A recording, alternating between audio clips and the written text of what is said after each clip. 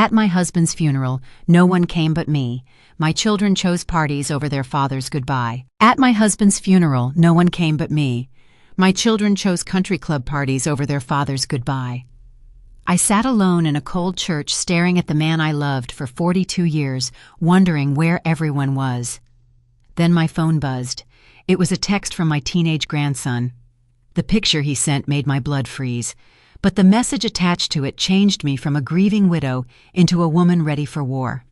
My name is Dottie Sterling. I am 68 years old, and this is how I dismantled my own son's life after he tried to steal mine. The silence inside Grace Episcopal Church was absolute.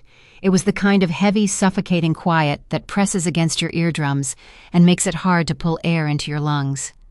I sat alone in the very first pew. The polished oak wood was cold beneath my hands. The scent of white lilies and floor wax hung thick in the air. It smelled sweet and entirely wrong for a man who had spent his whole life smelling of rich soil and pine needles. Thomas was in the mahogany casket just a few feet away from me. My husband, my partner, the man who had held my hand through 4 decades of marriage. He looked peaceful, but the room around him was entirely wrong. It was completely empty. I checked my watch. 10:20 in the morning. The service was scheduled to begin at 10 sharp. I looked back over my shoulder at the rows and rows of empty wooden pews. Sunlight streamed through the stained glass windows, casting colorful patterns on completely vacant seats. There was no one here, no extended family, no friends from the local business associations, no managers from the nursery, and most painfully of all, my own son was missing. Preston had insisted on handling all the funeral arrangements. He had stood in my kitchen just 3 days ago, wearing his expensive tailored suit, holding a cup of coffee I had poured for him. He had placed his hand over mine and told me not to worry about a single thing. He said he would contact the church, print the programs, and manage the guest list. His wife Stephanie had chimed in saying I needed to rest and let them carry the burden. I had believed them. I had handed over my checkbook and trusted my only child to honor his father. Now I sat in a massive empty church, listening to the ticking of my own watch. I stood up from the pew. My knees popped, making a harsh sound in the silent room. I smoothed down the front of my black dress.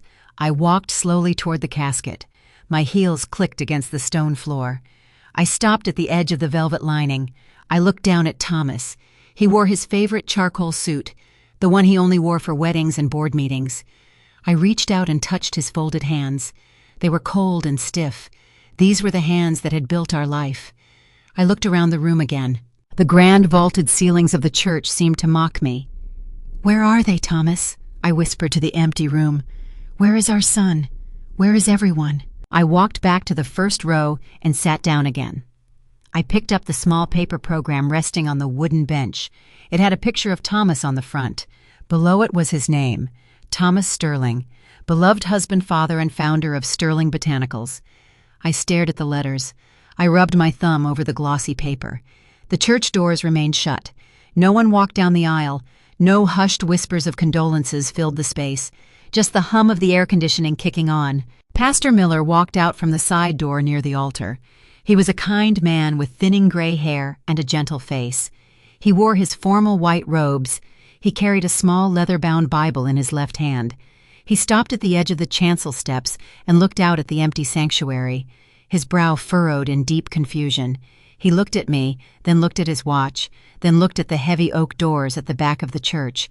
He walked down the steps and approached my pew. His shoes clicked loudly against the stone floor.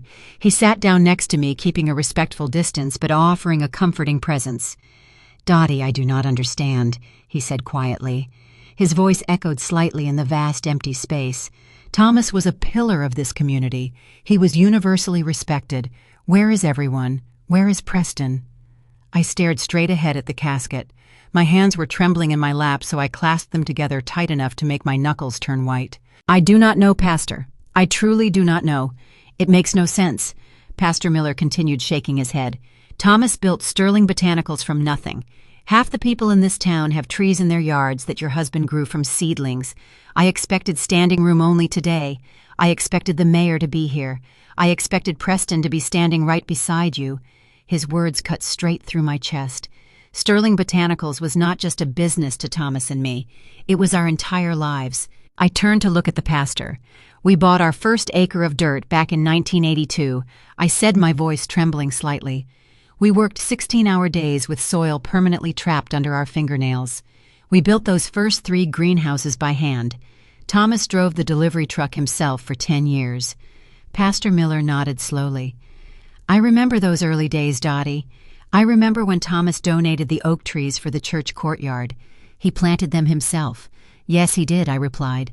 "We survived the devastating frost of '94 that almost bankrupted us. We fought and scraped and sacrificed until that single acre turned into a multi-million-dollar wholesale nursery empire. We supply the entire state now. We employ over 200 people. Every one of those employees loved Thomas. Why are they not here?" The pastor placed his Bible on the pew between us. "Did Preston confirm the time with you? Perhaps there was a miscommunication. I know grief can make things chaotic. He told me 10 o'clock. I replied, my voice sounding hollow even to my own ears. He told me to come early to have a private moment with Thomas before the crowds arrived. I have been sitting here since 8:30. Preston said the service would start right at 10. It is now almost 10:30. Preston is never late. He is meticulous. He is obsessed with optics and appearances." Pastor Miller sighed heavily. "What about Stephanie? Did your daughter-in-law mention anything about a delay?" I shook my head.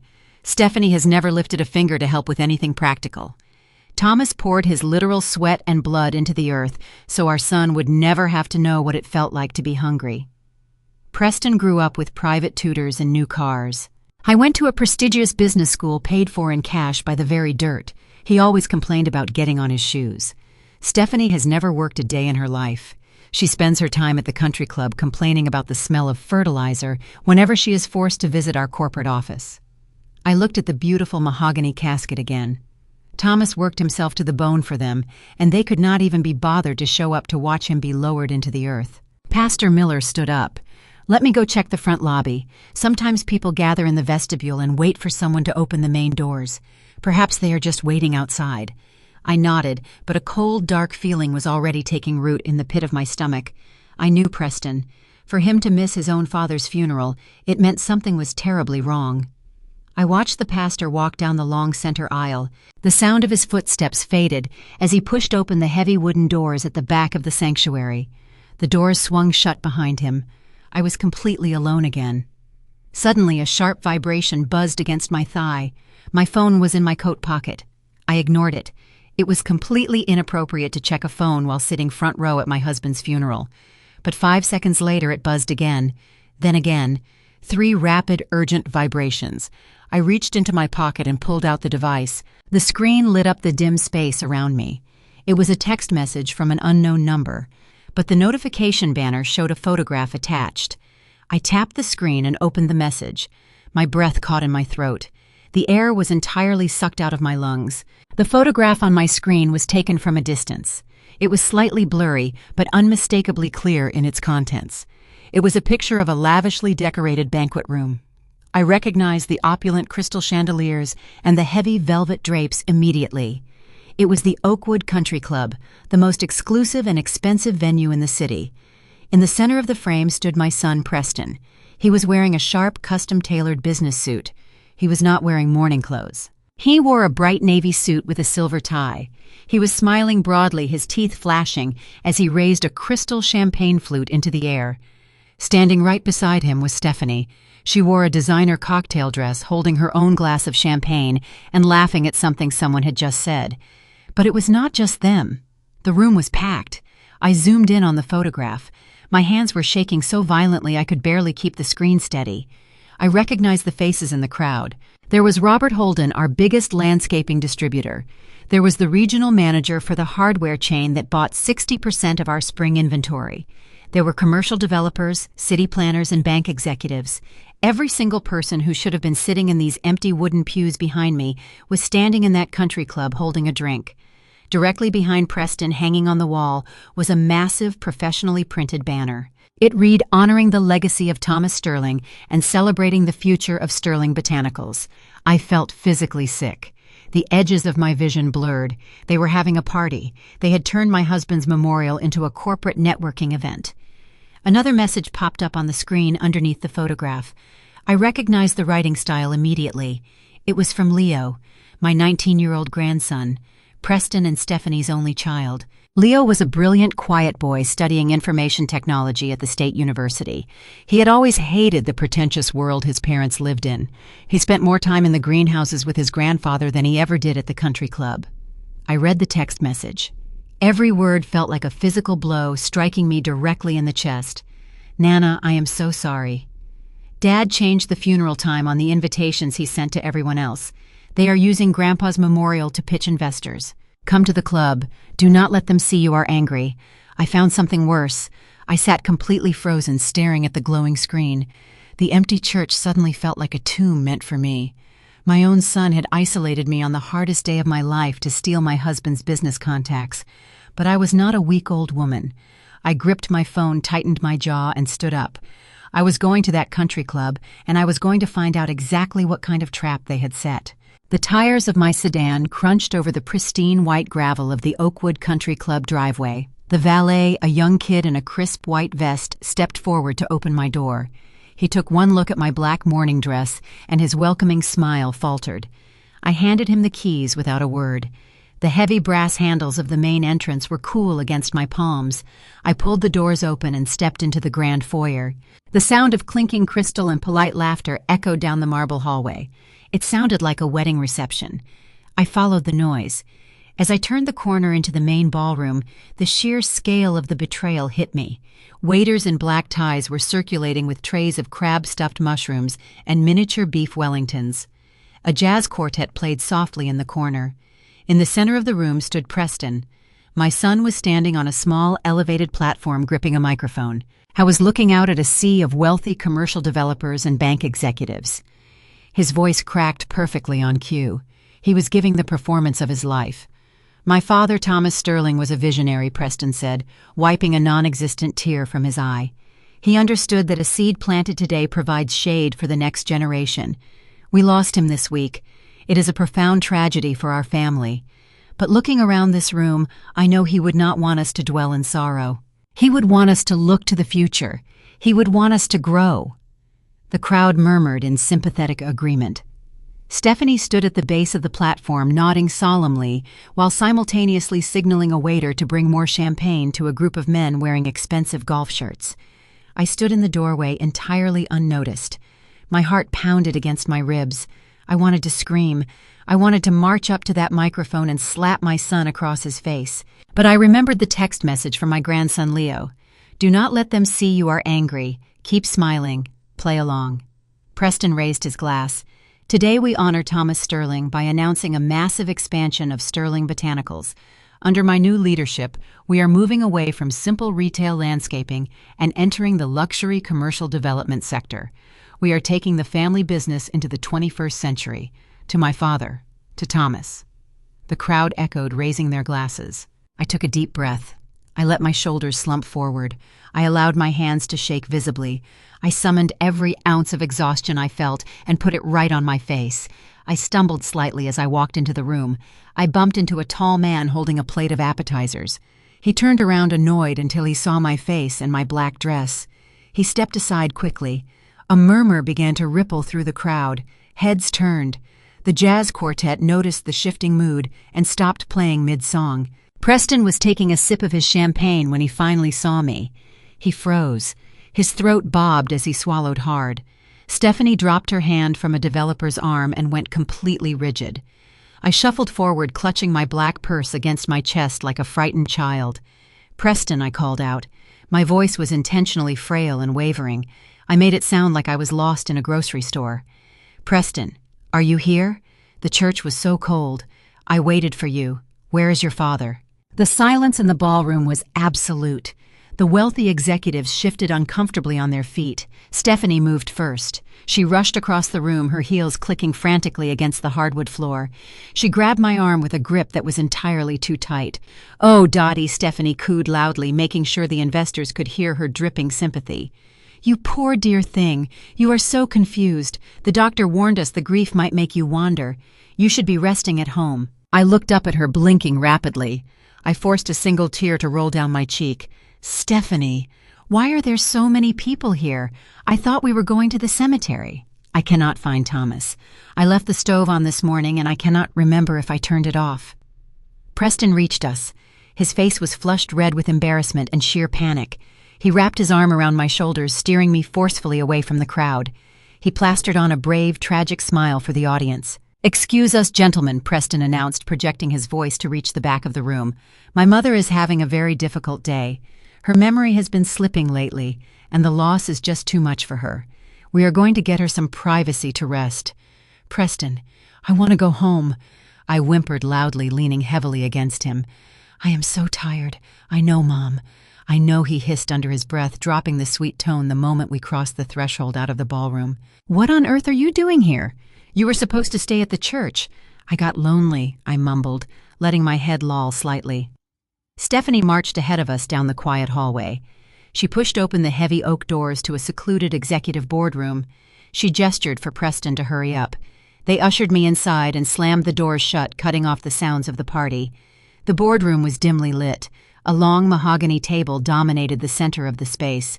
Sitting at the far end of the table was Richard, my late husband's younger brother. Richard was a certified public accountant who always wore suits that looked a little too tight and smiled a little too widely. Thomas had never trusted his brother with our company finances, and now I was looking at exactly why. Richard stood up as we entered. He had a stack of thick legal documents spread out on the table in front of him. A silver fountain pen was placed perfectly next to a yellow sticky note. "Dottie," Richard said, walking over with his arms wide open. He wrapped me in a stiff, uncomfortable hug. He smelled like peppermint mouthwash and stale cigar smoke. "I am so incredibly sorry for your loss. Thomas was a great man. We are all just heartbroken." "Thank you, Richard," I whispered, pulling away and sinking into the nearest plush leather chair. I let my hands tremble as I placed my purse on my lap. "I am just so confused. Preston said the funeral was today, but there is a party." Preston paced the length of the room, loosening his tie. "It is a celebration of life, Mom. Dad hated funerals. We talked about this. You must have forgotten again." "I suppose I did." I lied softly.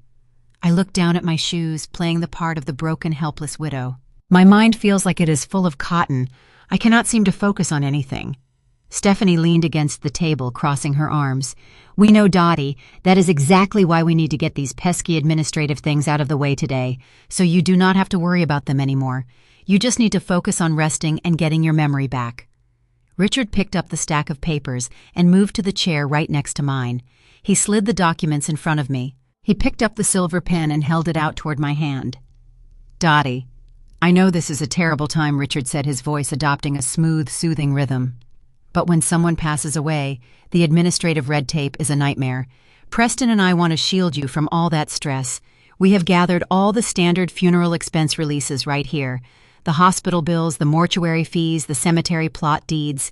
It is just a mountain of boring paperwork." "Funeral releases," I repeated, staring blankly at the thick stack. "Exactly." Richard nodded encouragingly. "If you just sign right here on the dotted line where I place the yellow tabs, Preston can legally handle paying the funeral home and the hospital. You will not have to deal with a single bill or phone call. We will take care of everything for you." Preston stopped pacing and stood behind Richard. He watched me with greedy, desperate eyes. "Just sign it, Mom. Then I will have the valet bring your car around, and Stephanie can follow you home to make sure you get some sleep." "Okay," I murmured, reaching out with a shaky hand to take the silver pen. "You are such good boys to look out for me. I just do not know what I am doing today." I pulled the stack of documents closer to me. The yellow tab marked the signature line on the final page. I held the pen above the paper. My hand wavered perfectly. Then I deliberately let the pen slip from my fingers. It hit the table and rolled onto the floor. "Oh my goodness," I gasped. "I am so clumsy today. Let me get that." I bent down, pretending to search for the pen under the table.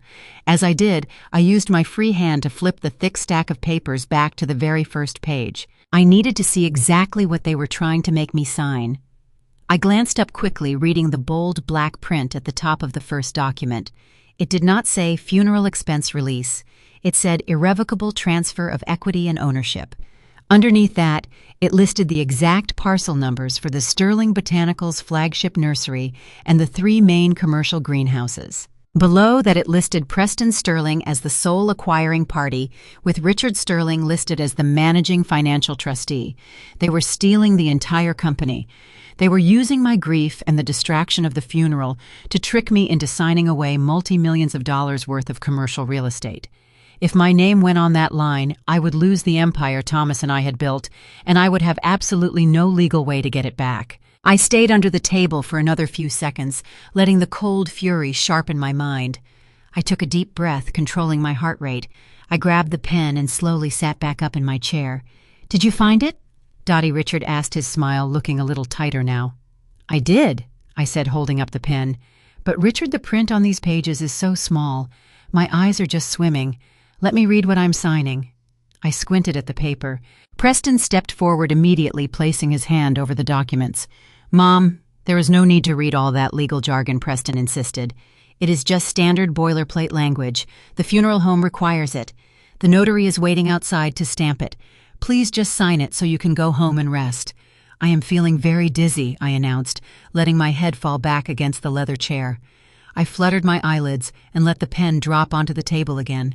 The room is spinning. "I think I need a glass of water. A very cold glass of water." Stephanie rolled her eyes heavily, letting out a loud sigh of profound annoyance. "For heaven's sake, I will go ask the bartender for ice water. Just keep her awake until I get back." She marched out of the room, her heels clacking loudly in frustration. "Mom, we really need to finish this right now," Preston said, his voice rising in panic. "Just put your name on the line." "I cannot focus, Preston," I whispered, slurring my words slightly. "My chest feels tight. I think my blood pressure is acting up again. I need to stand up. I need to get some fresh air. The air in here is too stale." I pushed myself up from the chair, gripping the edge of the mahogany table for support. I stumbled, deliberately knocking the stack of documents to the floor. The pages scattered everywhere across the carpet. "Look what you did," Richard hissed, dropping to his knees to desperately gather the papers before they got out of order. "These need to be filed today." "I am sorry," I mumbled, waving my hand weakly. "I just need to step outside to the patio. I need to breathe. I will be right back. Just let me catch my breath." I did not wait for them to argue. I turned and shuffled toward the heavy oak doors, moving slowly and unsteadily. Preston stood there, paralyzed, clearly torn between helping his uncle gather the scattered millions off the floor or stopping his mother from leaving the room. Greed won. He dropped down next to Richard to grab the scattered pages. I opened the heavy door just enough to slip my body through into the hallway. I pulled the door shut behind me, but I did not let the latch click into place.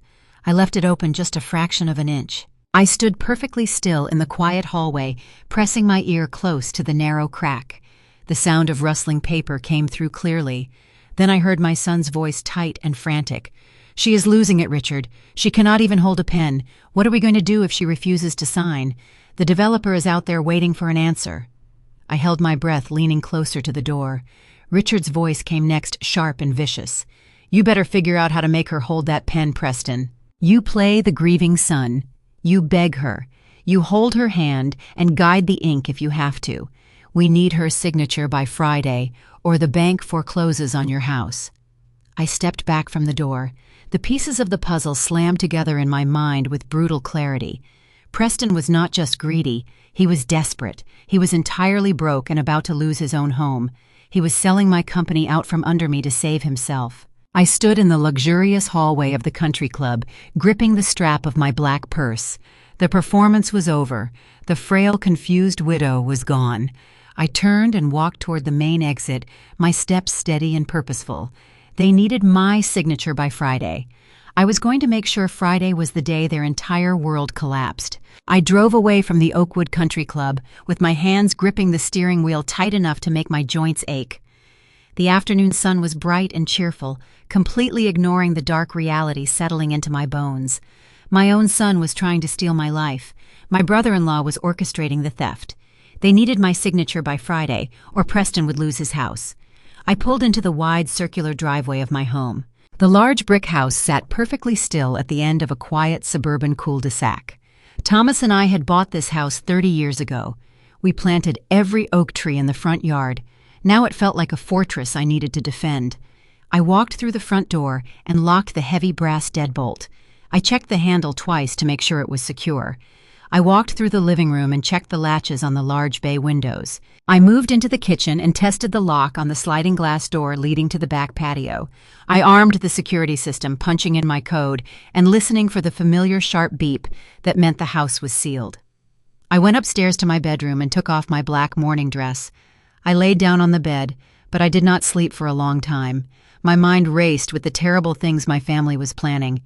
The next morning I woke up to a smell that made my eyes water. It was a sharp, bitter odor like rotten eggs mixed with old sulfur. It hung heavy in the air of my bedroom. I threw off my blankets and swung my legs out of bed. My bare feet hit the hardwood floor.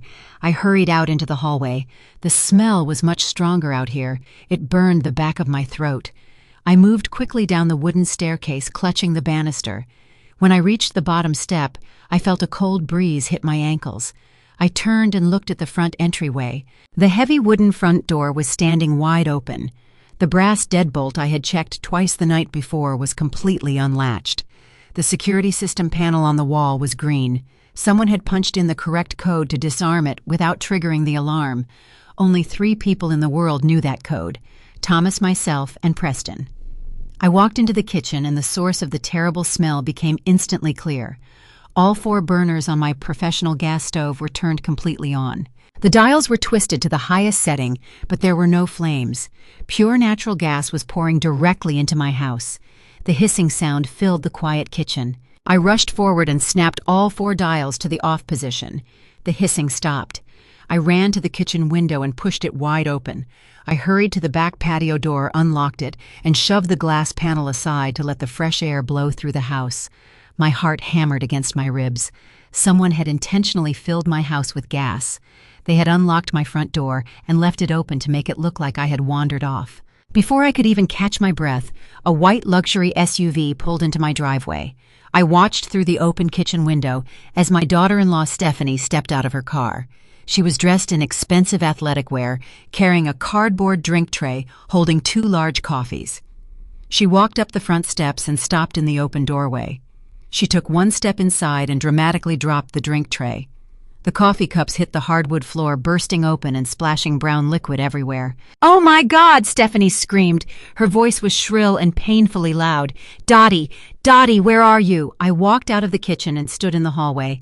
"I am right here, Stephanie." She rushed over to me, grabbing me by the shoulders. Her acrylic nails dug painfully into my skin. "Dottie, it smells like gas in here. What did you do?" She let go of me and ran toward the kitchen, waving her hands frantically in front of her face. She looked at the stove, then turned back to me with wide, terrified eyes. "Dottie, the stove burners. They were on. And your front door was wide open. You could have blown up the whole neighborhood." I kept my face perfectly blank. I looked at the coffee spilled all over my floor. "What are you doing here, Stephanie? It is 7 in the morning." She walked back to me and grabbed my hands. "I wanted to bring you a morning coffee to cheer you up. Preston was so worried about you after you wandered out of his presentation at the country club yesterday. He tossed and turned all night. He told me to come check on you first thing this morning. And thank God I did. Dottie, you left the gas running all night. You left your front door wide open." "I did not do that," I said quietly, pulling my hands away from her grip. "I checked the locks before I went to bed. I did not cook anything on the stove." Stephanie sighed deeply. Her face shifted into a mask of overwhelming pity and condescension. "Dottie, please do not lie to me. Nobody else is here. You are the only person in this house. You have been so confused lately. Grief does terrible things to the mind. It makes us forgetful. It makes us do dangerous things."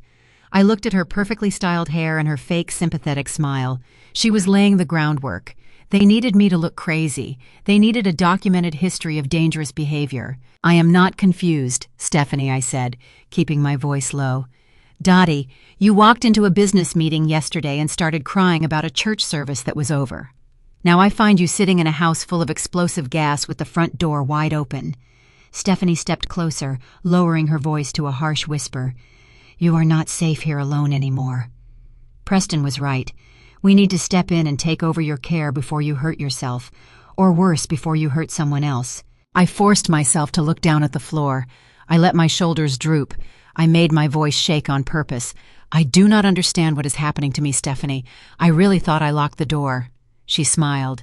A quick, triumphant smirk flashed across her face before she hid it behind her fake concern. I know you did, Dottie. It is okay. Preston and I are going to handle everything. We are going to get you the help you need. I will call Preston right now and tell him what happened. You just sit on the couch and rest. Do not touch anything else." Stephanie turned around and walked out the front door, stepping carefully over the spilled coffee. She got into her car and drove away, leaving me standing in my hallway. The moment her car disappeared down the street, my fake trembling completely stopped. I walked to the front door, closed it, and locked the deadbolt. A soft knock sounded from the back of the house. I walked through the kitchen to the open patio door. My grandson Leo stepped inside from the backyard. He wore a gray hooded sweatshirt and carried a heavy black canvas backpack. He closed the glass door behind him and locked it. He pulled the kitchen curtains shut, throwing the room into shadow. "Did she do it?" Nana Leo asked, taking off his hood. His young face looked pale and exhausted. "She did," I replied, walking over to the kitchen island. She turned on the gas and opened the front door. Then she waited 5 minutes and came back with coffee, acting like she just discovered a disaster. She told me I am losing my mind and that I am a danger to myself. Leo dropped his backpack onto the granite counter. He unzipped the main compartment and pulled out a sleek silver laptop. "I knew they were planning something last night," he said, opening the computer and waiting for the screen to light up. Dad was pacing around the home office, screaming at Mom that they needed a major incident today. He said they needed immediate physical proof that you could not live independently. Leo typed a complex password into his computer. Multiple black screens popped up, covered in rapidly scrolling white text. "How can we prove she did it?" I asked, stepping closer to look at the screen. "It is just my word against hers. She will tell everyone I am a crazy old woman trying to blame my mistakes on my loving daughter-in-law." Leo shook his head.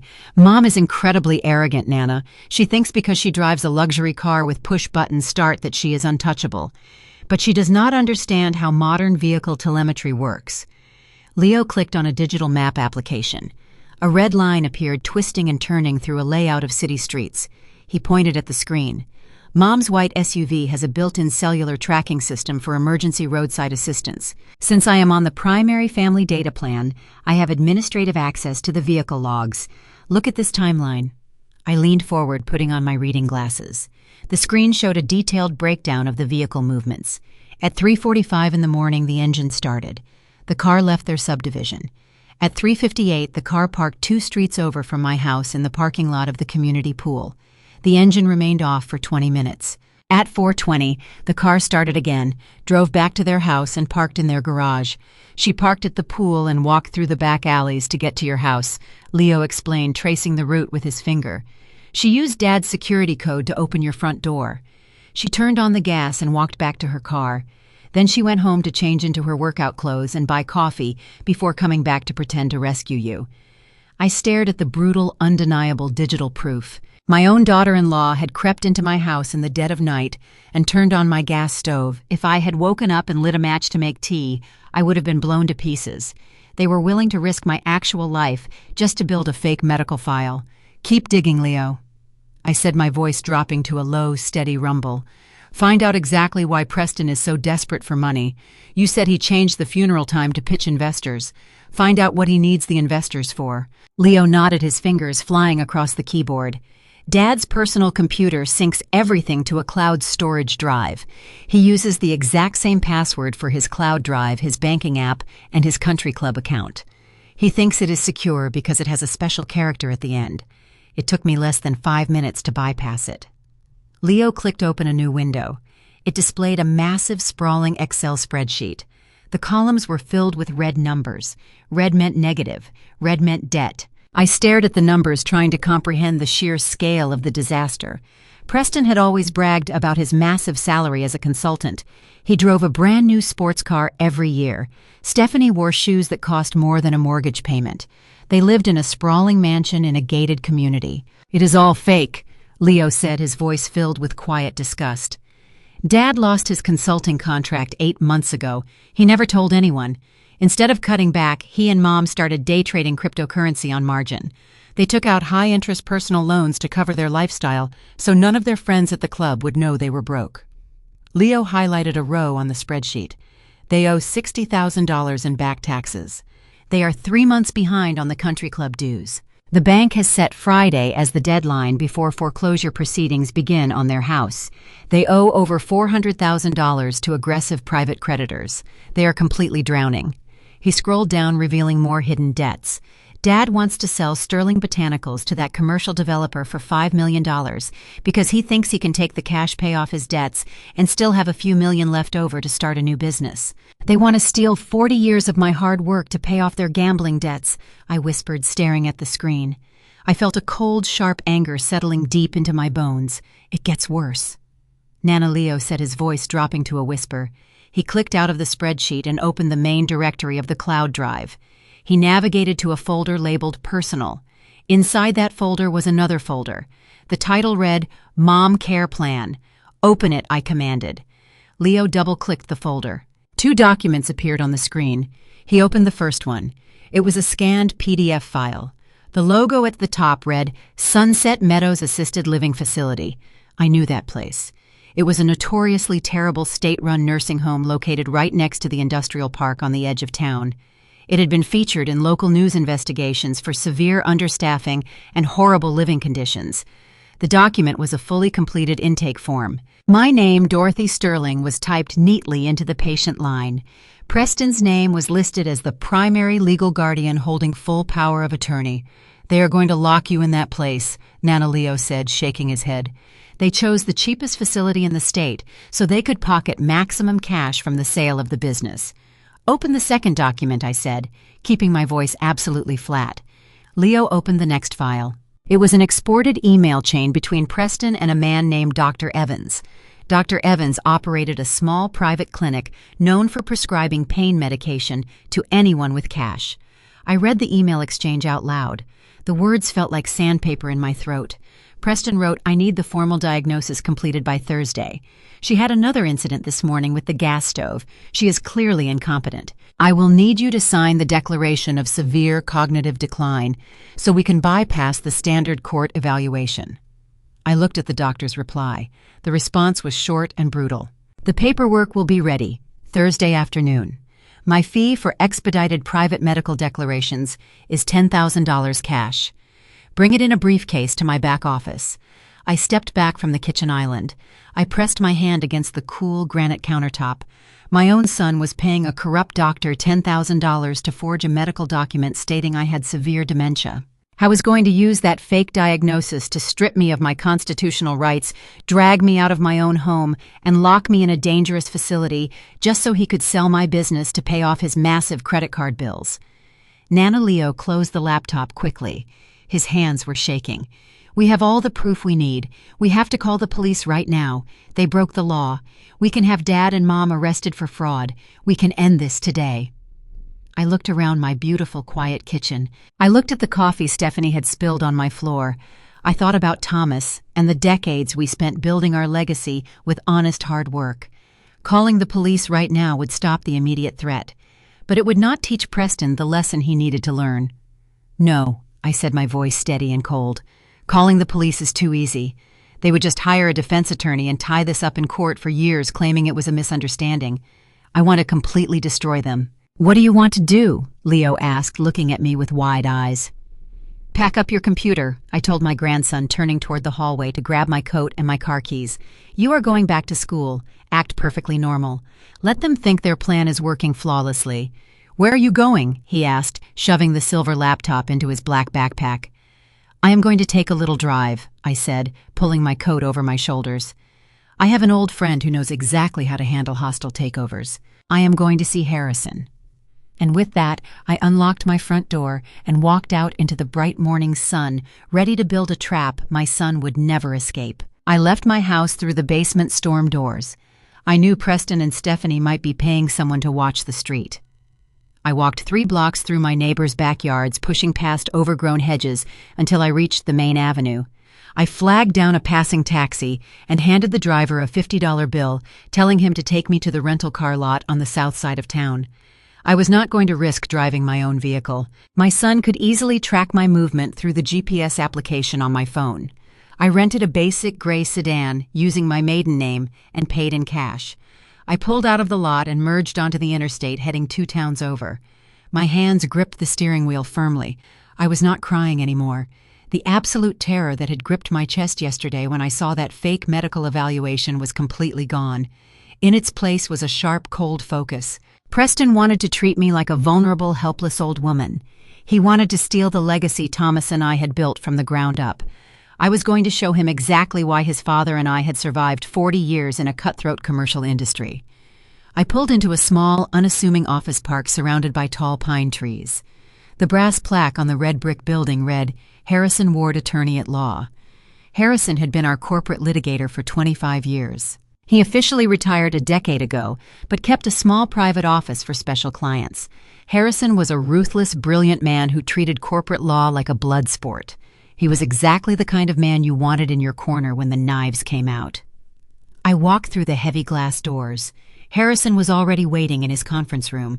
He wore a crisp tweed suit, and his silver hair was slicked back flawlessly. He poured 2 cups of black coffee as I took a seat across from him at the heavy mahogany table. "Dottie," he said, sliding a porcelain cup toward me. "You look like you are ready to burn a building down. Tell me the emergency." I unzipped my leather tote bag. I pulled out the tablet Leo had given me.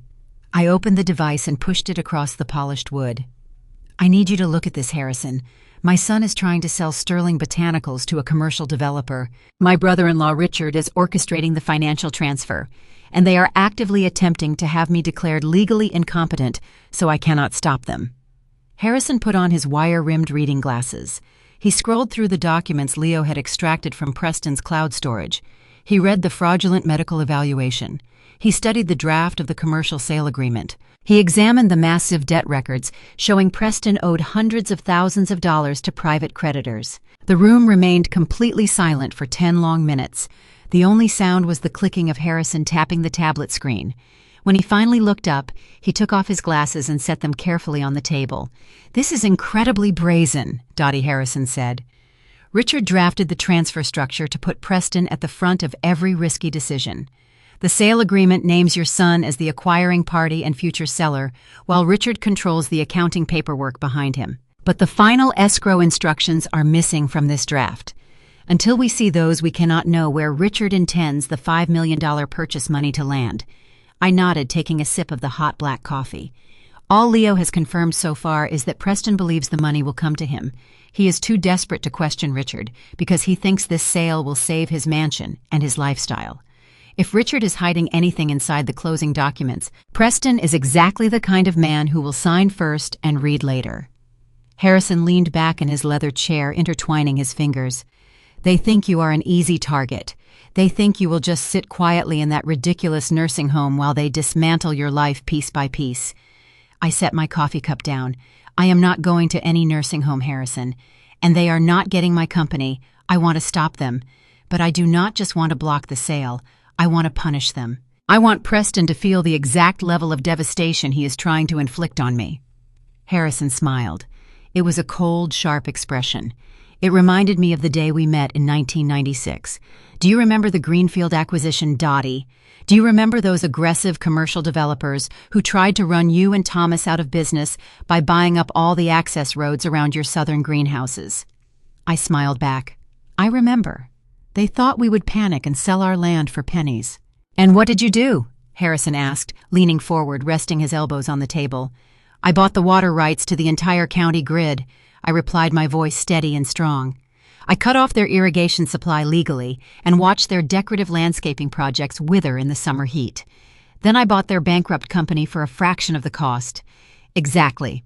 Harrison slapped the table with the palm of his hand. "You did not fight them directly. You let their own aggressive expansion destroy them. You used their greed as a weapon. We can do the exact same thing right now to your son. Preston wants Sterling Botanicals because he thinks it is a golden goose. He thinks acquiring the company will instantly solve all his financial problems.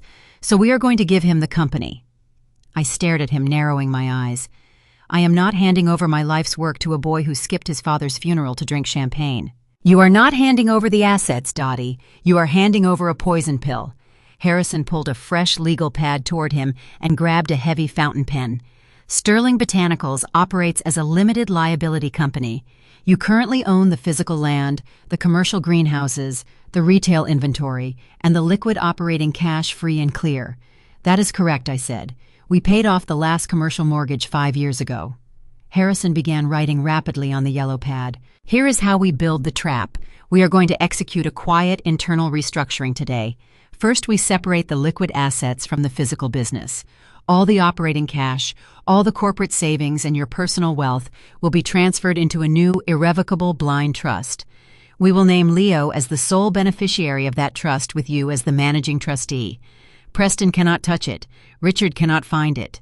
I nodded, following his logic perfectly. The money goes to my grandson. What about the physical business? What happens to the land and the greenhouses? Harrison looked up, his eyes gleaming with legal malice. We encumber them. I have a private lending contact who specializes in rapid corporate financing. We are going to take out massive commercial loans against the physical real estate of Sterling Botanicals. I am talking about securing a $4 million mortgage against the land. And what do we do with the $4 million, I asked, leaning closer. We drop it straight into Leo's blind trust, Harrison replied. The cash is completely safe, but the massive debt remains permanently attached to the Sterling Botanicals corporate entity. And here's the brilliant part. We will write a specific trigger clause into the loan agreement. The debt remains manageable as long as you are the registered owner of the company. But the second the ownership transfers to a new party, the entire $4 million loan becomes immediately due in full. It is called an acceleration clause. The sheer brilliance of the trap washed over me. I stood up from my chair and began pacing across the thick carpet of the conference room. So Preston believes the trap springs only if I sign the company over to him at Sunday dinner, I said. But I am not willing to give him a clean deed even for a minute. Is there a way to make his own rush for control trigger the liability before my signature ever touches a final transfer? Yes, Harrison said, pointing his pen at me. We will prepare a separate interim management and assumption package.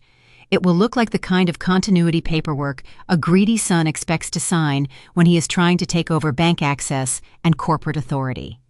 If Preston voluntarily signs as acting manager, he accepts the obligations tied to a change of control, including a personal guarantee for the accelerated debt.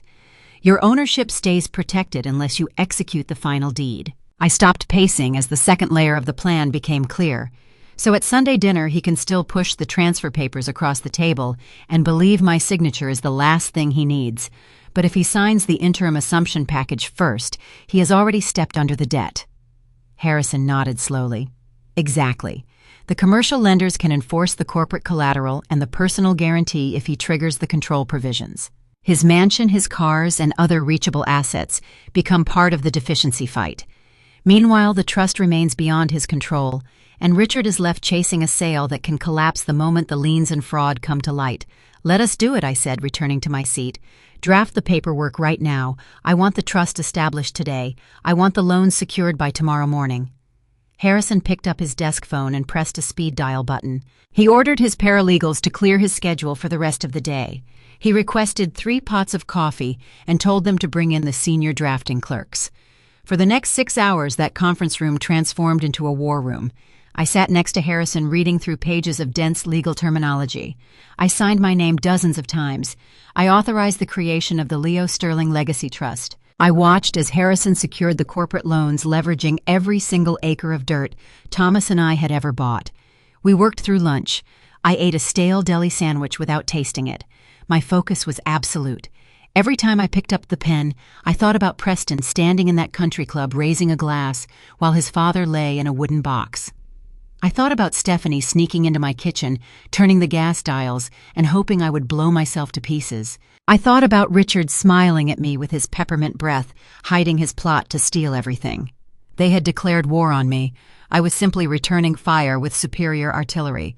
By 4 o'clock in the afternoon, the final stacks of paper were organized into neat piles on the mahogany table. Harrison stamped the last official seal onto the commercial loan agreement. He slid a thick blue folder toward me.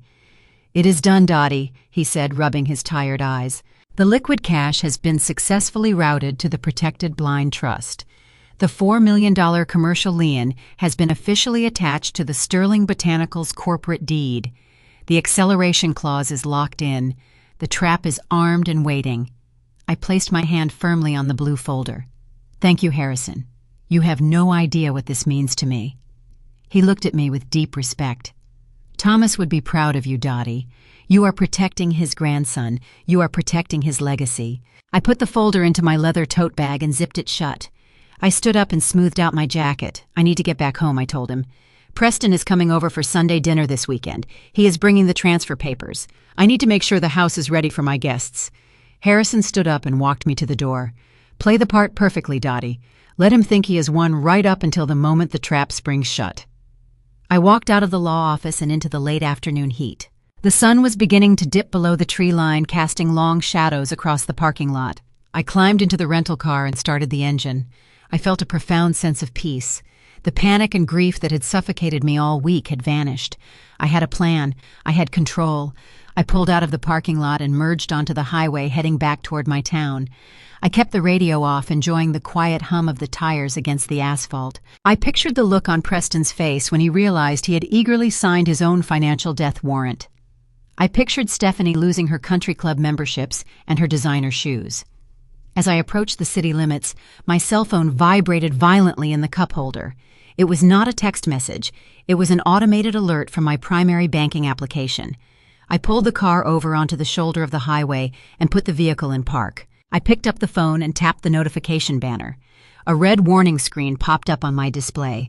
The message read, "Urgent security alert. All personal checking and savings accounts have been temporarily frozen. Access denied. Please contact your branch manager immediately to resolve this administrative hold." I stared at the red letters. My heart skipped a beat. A second notification popped up on the screen. It was an email from my local bank branch. I opened it quickly, my eyes scanning the text. "Dear Mrs. Sterling, this is a formal notification that your accounts have been placed on an administrative freeze initiated by your registered certified public accountant, Richard Sterling. Due to documented concerns regarding suspicious activity and severe elder cognitive decline, Richard Sterling has invoked emergency fiduciary protocols. No funds may be withdrawn or transferred without his direct authorization." I gripped the steering wheel so hard my hands shook. Richard had moved faster than I anticipated. He used his professional credentials and the fake medical concerns to lock me out of my own personal money. He was cutting off my resources to force me into compliance before Sunday dinner. He wanted to make sure I had absolutely no money to hire a lawyer or fight the conservatorship. They thought freezing my checking accounts would break my spirit. They thought taking away my daily cash would force me to surrender. I looked at the blue folder sitting on the passenger seat.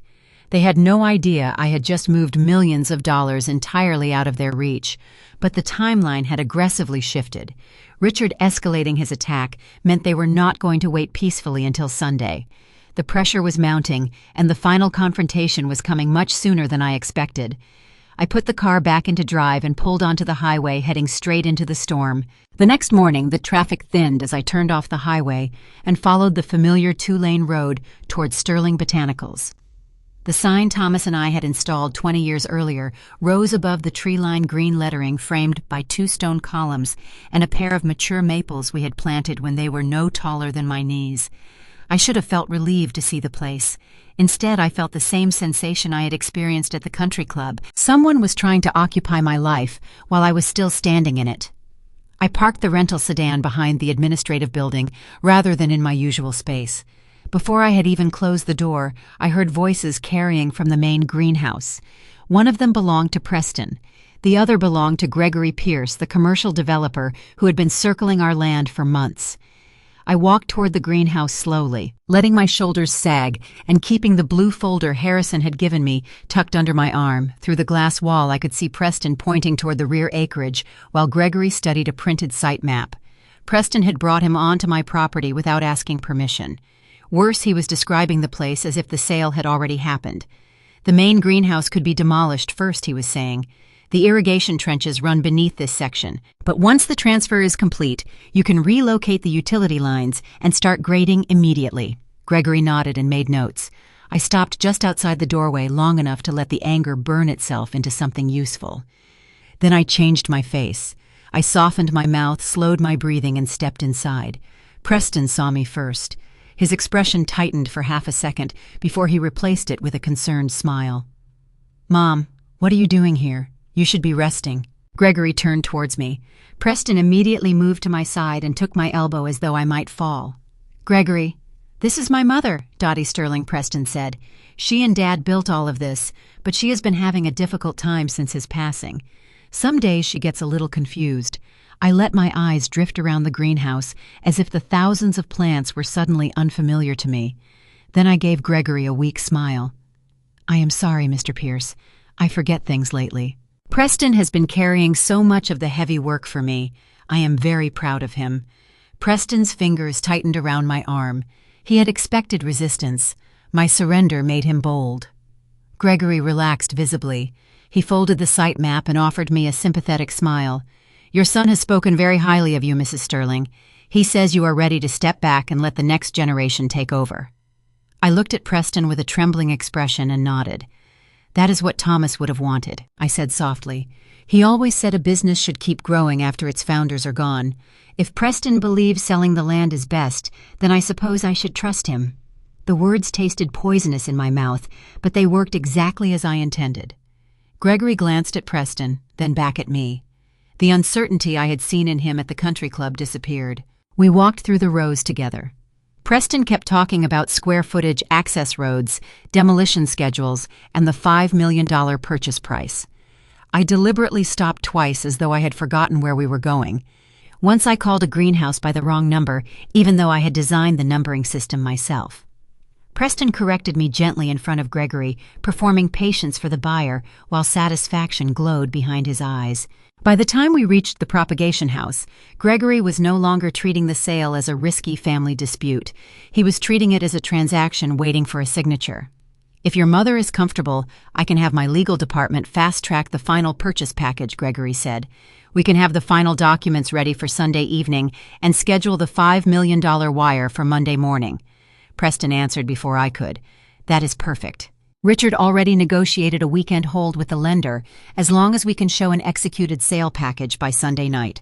Mom wants this settled quickly so she can focus on her health." I lowered my gaze and let out a small, shaky breath. "Yes," I said. "Quickly would be good." The trap was tightening, but I still needed one more thing. Harrison had anticipated that Preston would try to use the bank freeze as proof that he needed immediate control. Before I left the law office, Harrison had placed a thin packet inside the blue folder and told me exactly how to present it. The cover page was deliberately dull: temporary estate and management continuity acknowledgement. The important language was buried several pages inside. It stated that anyone accepting interim management authority over Sterling Botanicals also accepted personal responsibility for obligations triggered by a transfer of control. Preston did not know about the $4 million acceleration clause. I believed the company was debt-free. I touched my forehead and pretended to sway. Preston caught me immediately. "Mom, sit down." "I think I need my office," I whispered. "There are papers in my bag. The bank froze my accounts and I do not understand what they want. Maybe you can help me." The word bank changed his expression. He guided me toward the administrative building with Gregory following a few steps behind. Inside my office, I lowered myself into Thomas's old leather chair and placed the blue folder on the desk. I opened it to the packet Harrison had prepared. "My lawyer said these are the temporary forms you need if you are going to help manage my accounts and the company while I am not well," I said. "I cannot make sense of them." Preston reached for the papers so quickly he nearly knocked over the pen cup. Gregory remained near the doorway, uncomfortable but interested. Preston skimmed the first page, saw words like temporary authority account administration and management continuity, then flipped directly to the yellow signature tabs. His greed did the rest.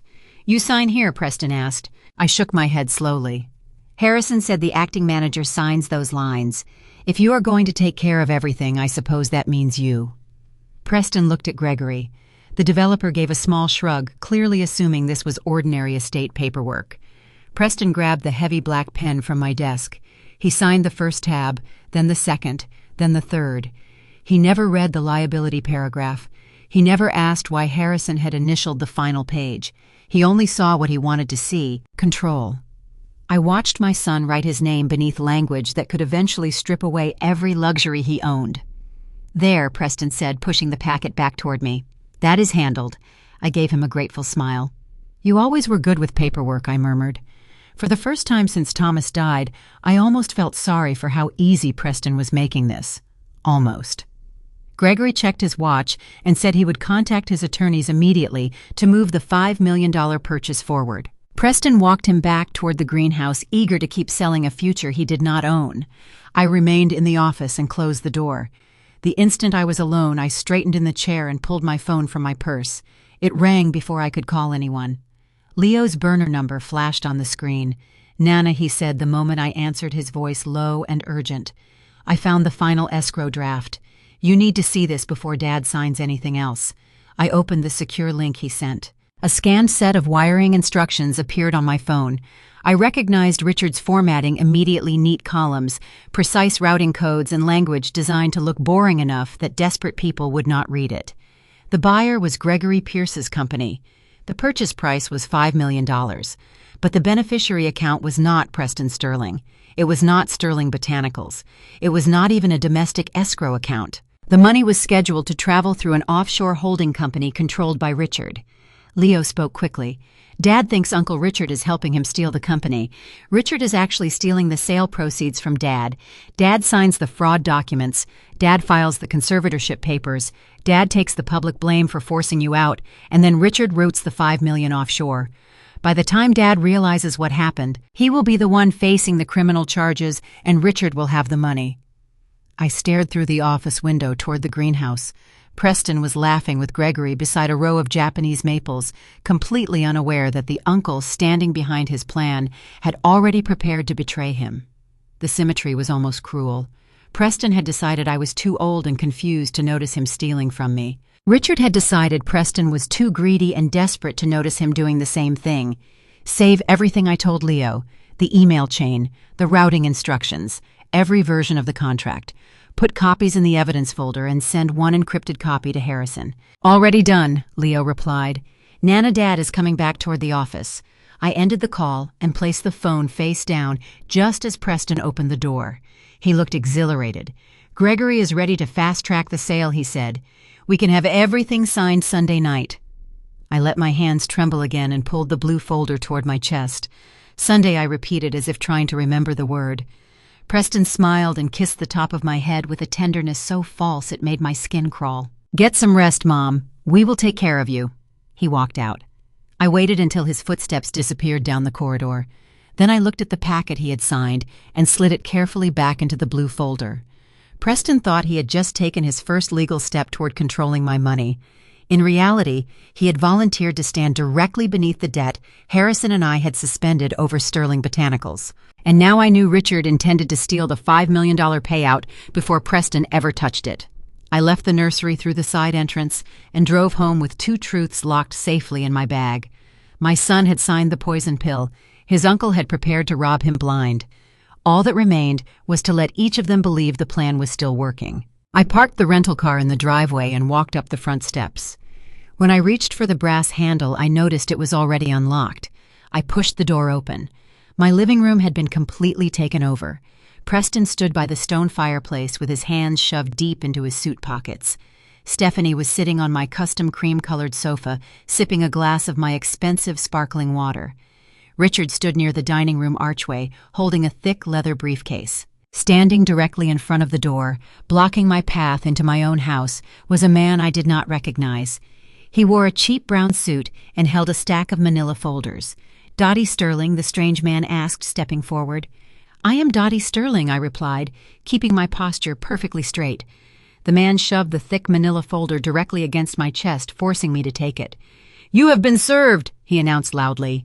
He did not wait for a response. He simply walked past me, opened the front door, and marched down the driveway to his unmarked compact car. I looked down at the heavy stack of papers in my hands. The top page bore the official blue seal of the state court. The bold black letters across the top read, "Order of Emergency, Temporary Conservatorship, and Financial Guardianship." I looked up at my family. My heart hammered against my ribs, but I kept my face absolutely still. "What is the meaning of this, Preston?" I asked, keeping my voice low. Preston looked down at his expensive Italian leather shoes. He could not meet my eyes. "It is for your own safety, Mom. You have been acting so erratically, leaving the gas stove on yesterday morning, wandering around the country club completely confused. The doctor agreed it was time to step in before you caused a fatal accident."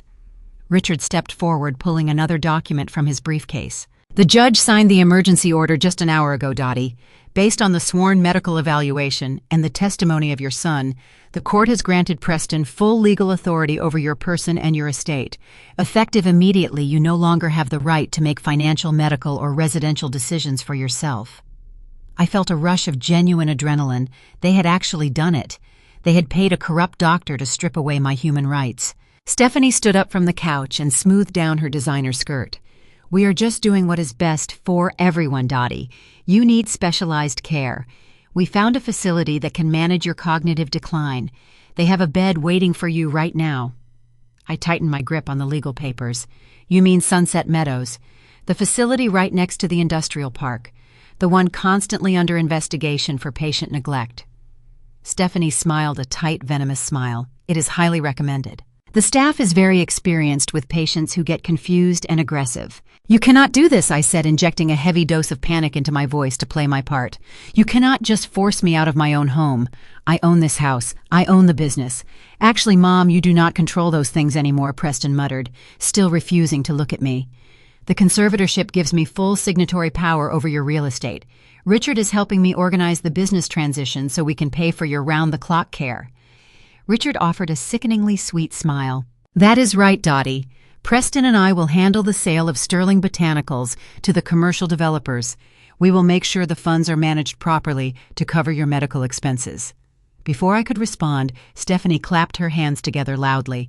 "Well, we have a lot to do before the transport van arrives. I will go upstairs and pack a bag for you." She did not wait for permission. She walked past me and marched up the wooden staircase, her heels hitting the steps aggressively. I dropped the legal papers on the foyer table and followed her. Preston and Richard trailed behind us, staying close to ensure I did not try to run or call anyone. I walked into my master bedroom and found Stephanie dragging my cheapest canvas duffel bag out of the closet. She threw it onto my pristine bedspread. She walked over to my mahogany dresser and began pulling out clothes completely at random. She grabbed 2 old sweaters, a pair of faded sweatpants, and some plain cotton socks. She tossed them carelessly into the bag. "Stephanie, what are you doing?" I asked, letting my voice shake. "You are wrinkling everything. You will not need your nice clothes where you are going, Dottie," she replied, opening my jewelry box. She picked up a pearl necklace Thomas had given me for our 20th anniversary. She inspected the pearls for a moment, then slipped the necklace directly into her own jacket pocket. "They do not allow valuable jewelry at the facility. It is for your own safety, of course. We would hate for another patient to steal these." "Put that back," I demanded, stepping forward. "That belongs to me." Preston caught my arm, pulling me back forcefully. "Mom, stop it. Stephanie is right. Things get stolen at those places all the time. She is just keeping it safe for you." I looked at my son, my only child.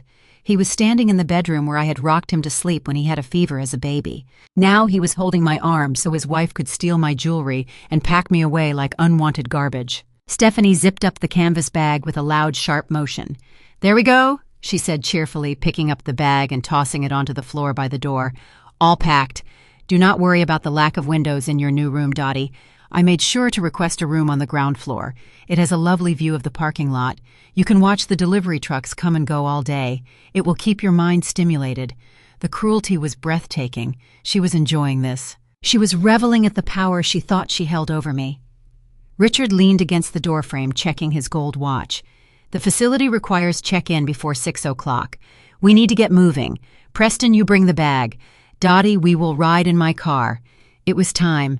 I needed to buy 48 hours to spring the trap Harrison and I had built.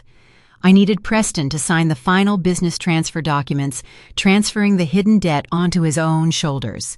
And I needed to do it on my own terms. I dropped to my knees right there on the plush bedroom carpet. I let out a loud, ragged sob. I buried my face in my hands and forced my shoulders to shake violently. I pushed every memory of genuine grief to the front of my mind, bringing hot tears to my eyes. When I looked up, my face was wet and completely distorted with fake despair. "Please," I begged, reaching out to grab the hem of Preston's suit jacket. "Please, Preston, do not do this today. Do not take me away today." Preston stumbled back, looking horrified by my display of raw emotion. "Mom, get up. You are embarrassing yourself." I crawled forward on my knees, keeping my grip on his jacket. "Please, son. I am begging you. Your father just died. His scent is still on the pillows. His coats are still in the closet. You cannot force me to leave without giving me time to say goodbye to him. Let me have one last weekend in this house. Let me pack his belongings. Let me say goodbye to the life we built." Richard scoffed, stepping into the room. "We do not have time for this theatrical nonsense. The court order is active today." I ignored Richard and looked straight up into Preston's eyes. I let my voice crack, breaking into pathetic whimpers. "Preston, I will sign whatever you want. I will sign the business over to you. I will sign the transfer deeds for the nursery. You want me to officially hand over Sterling Botanicals. I will do it. I just want one final Sunday dinner in my own dining room. Let me cook for my family one last time. Let me sign the papers at the head of the table where your father used to sit. Then I will go to the nursing home quietly on Monday morning. I promise." The room fell utterly silent. The mention of my willing signature hung in the air like a piece of raw meat dropped into a tiger cage. Stephanie looked at Preston, her eyes wide with greedy anticipation. Richard stepped forward, his tone instantly shifting from impatient to calculating. "You will sign the commercial transfer deeds without a fight. You will sign away the corporate entity on Sunday evening." I nodded enthusiastically, letting more tears spill down my cheeks. "Yes, Richard. I will sign everything. I know my mind is going. I know I cannot run the company anymore. Preston should have it. He is the rightful heir. Just give me 2 more nights in my own bed. Let me cook one last Sunday roast. Bring the commercial developer if you want. Let him witness the official passing of the torch. I just want to leave with my dignity." I collapsed forward, pressing my forehead against the floor, sobbing loudly. It was the performance of a lifetime. I looked like a completely broken, defeated old woman, surrendering to the inevitable. Preston looked at Richard. Richard looked at Stephanie. They were communicating entirely through greedy glances. They knew the conservatorship would eventually give Preston the power to force the sale, but a willing signature from the founder would completely eliminate any risk of legal delays from the developer. The developer wanted a clean, smooth transaction. A formal signing dinner would guarantee the $5 million payout without any corporate roadblocks or title disputes. Preston cleared his throat. He reached down and patted my shoulder awkwardly. "Okay, Mom. Okay, get up off the floor." I slowly sat up, wiping my face with the back of my hand. "We will give you the weekend," Preston said, his voice regaining that arrogant, patronizing tone. "You can have your Sunday dinner. You can cook the roast. We will invite the developer to witness the signing. But on Monday morning, the transport van is coming to take you to Sunset Meadows. Do you understand?" I nodded meekly, keeping my eyes aimed at the carpet. "I understand, Preston. Thank you. Thank you for your mercy." Stephanie snorted, grabbing her purse off my dresser. "I will just leave this duffel bag right here by the door so you are ready to go bright and early Monday. Come on, Preston. It smells like old lady in here." Richard adjusted his tie, looking down at me with supreme satisfaction. "Enjoy your weekend, Dottie. Make sure you polish the good silverware for Sunday. We have a lot of important business to conclude." They turned around and walked out of my bedroom. I listened to their footsteps descending the wooden staircase. I heard the heavy front door open and slam shut. I waited until I heard the engines of their luxury cars start up and pull out of the driveway. I stayed on the floor for 10 more seconds, listening to the absolute silence of my home. Then I stood up. I wiped the remaining tears from my cheeks. My face went perfectly blank. The pathetic trembling disappeared from my hands. I walked over to the bedroom window and watched their cars disappear around the corner of the cul-de-sac. They were blinded by their own arrogance. They were so eager to get my signature on those transfer deeds that they had completely ignored every instinct of self-preservation. They thought they had backed me into a corner. They did not realize I had just locked them inside a burning building. I reached into my pocket and pulled out my cell phone. I opened my text messages and selected my grandson's secure burner number. My thumbs moved quickly over the digital keyboard. "The trap is set. Bring the projectors." The kitchen smelled of roasted garlic, crushed rosemary, and seared beef. I stood at the large marble island, pulling the heavy cast-iron Dutch oven from the heat. The Sunday roast had been Thomas's favorite meal. I had prepared it exactly the way he liked it, with thick-cut carrots, baby potatoes, and a rich red wine reduction. I arranged the slices of beef onto our best silver platter, moving with a slow, deliberate rhythm. My hands did not shake. My heart beat at a calm, steady pace. The crushing grief that had suffocated me all week was entirely gone, replaced by a cold mechanical focus. Leo stood near the sink, quietly drying the crystal wine glasses with a linen cloth. He wore a simple button-down shirt and dark trousers. His posture was stiff, his jaw locked tight. He had spent the entire weekend helping me prepare the digital trap that would soon destroy his own parents. I set the carving knife down and looked at my grandson. He met my eyes and gave me a single firm nod. We were ready. The heavy front door swung open without a knock. Preston walked into the foyer first, followed closely by Stephanie and my brother-in-law Richard. They moved into my home with the casual, arrogant swagger of people who believed they already owned the place. Preston wore a sharp gray suit tailored perfectly to his frame. Stephanie wore a pristine white cashmere sweater and carrying a designer handbag that cost more than most people's monthly mortgage. Richard trailed behind them, clutching a thick, dark brown leather briefcase against his side. He looked like a wolf circling a wounded animal. "Something smells wonderful," Dottie Richard announced, stepping into the kitchen. He placed his heavy briefcase directly onto the polished dining room table, right next to the floral centerpiece. "I hope you made enough for a small army. I am absolutely famished." I smiled warmly, wiping my hands on a kitchen towel. "There is plenty for everyone, Richard. Please take your briefcase off the dining table. We are eating in the formal room tonight." Stephanie walked past me, stopping to run her manicured finger along the edge of the marble counter. She inspected her fingertip for dust, then turned to me with a look of exaggerated pity. "It is so good to see you up and moving, Dottie. We were so worried you would be too confused to cook. Did you make sure to turn the gas off this time? We would hate for another terrible accident to happen." I turned the dial on the stove to ensure it clicked into the off position. "I turned it off, Stephanie. Thank you for checking on me. I know my mind has been playing tricks on me lately, but I wanted to make one last family dinner in this house." Preston stepped forward and placed a hand on my shoulder. His touch felt like ice through the fabric of my blouse. "It is going to be a beautiful dinner, Mom, and then we can get all the difficult paperwork out of the way. You will feel so much better when the burden of the business and the house is finally lifted off your shoulders." I patted his hand perfectly, playing the role of the tired, defeated widow.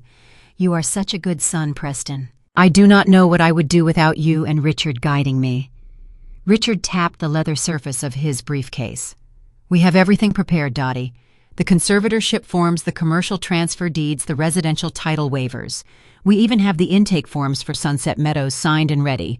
We just need your signature on a few key lines and this whole messy transition will be completely finished." Before I could answer, the doorbell chimed, echoing through the quiet house. Preston frowned, looking toward the foyer.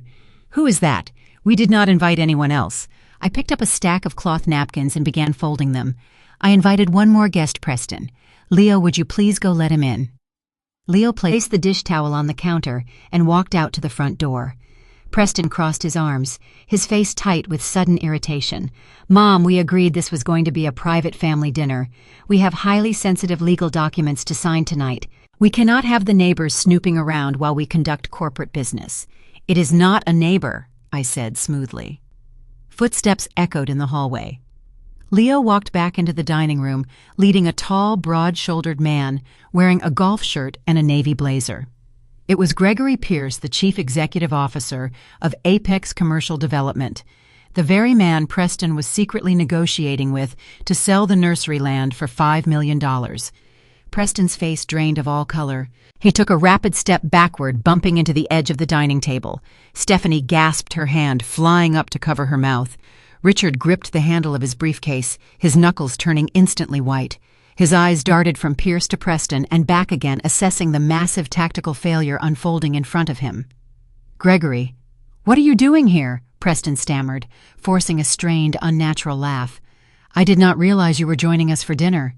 Pierce smiled broadly, stepping forward to shake Preston's hand. "Your mother invited me, Preston. She called my office yesterday afternoon and said she was hosting a special dinner to celebrate the transition of Sterling Botanicals. I was deeply honored to receive the invitation." I walked around the kitchen island and extended my hand to the developer. "Thank you for coming, Mr. Pierce. I know it is highly unusual to invite a corporate buyer to a Sunday roast, but my husband Thomas built that nursery with his bare hands. Since Preston is taking over the company and selling the land to your firm tonight, I wanted the man who is buying our legacy to sit at our table and break bread with us. It gives an old woman peace of mind to know who is taking our place." Pierce beamed, looking entirely touched by the sentiment. He had absolutely no idea he was standing in the middle of a criminal conspiracy. "Mrs. Sterling, I assure you we are going to treat your land with the utmost respect. We are building a beautiful mixed-use luxury complex right over the main greenhouses. We are even keeping one of your original oak trees in the center courtyard." I forced myself to maintain a gentle smile while the developer talked about bulldozing my life's work. "That sounds lovely, Mr. Pierce. Please have a seat. Leo will pour the wine." We moved into the formal dining room. The tension in the air was so thick it felt difficult to breathe. Preston sat to my right, his knee bouncing rapidly under the table. Richard sat directly across from me, sliding his leather briefcase onto the floor beside his chair. Stephanie sat next to her husband, rigidly clutching her crystal wine glass. Gregory Pierce sat at the far end, completely oblivious to the panic radiating from the rest of the table. I served the food, passing the heavy silver platters around the table. The sharp clinking of silverware against porcelain was the only sound for several long, uncomfortable minutes. "This roast is absolutely incredible," Mrs. Sterling Pierce said, breaking the silence. "Preston, you did not tell me your mother was such a phenomenal chef." Preston swallowed hard, picking at his carrots. "Mom is full of surprises, Gregory." Stephanie leaned forward, setting her wine glass down with a sharp clink. She glared at me, her eyes narrowed with barely contained fury. "Well, we are just so glad Dottie is accepting our help now. Her mind has been so terribly fragile lately.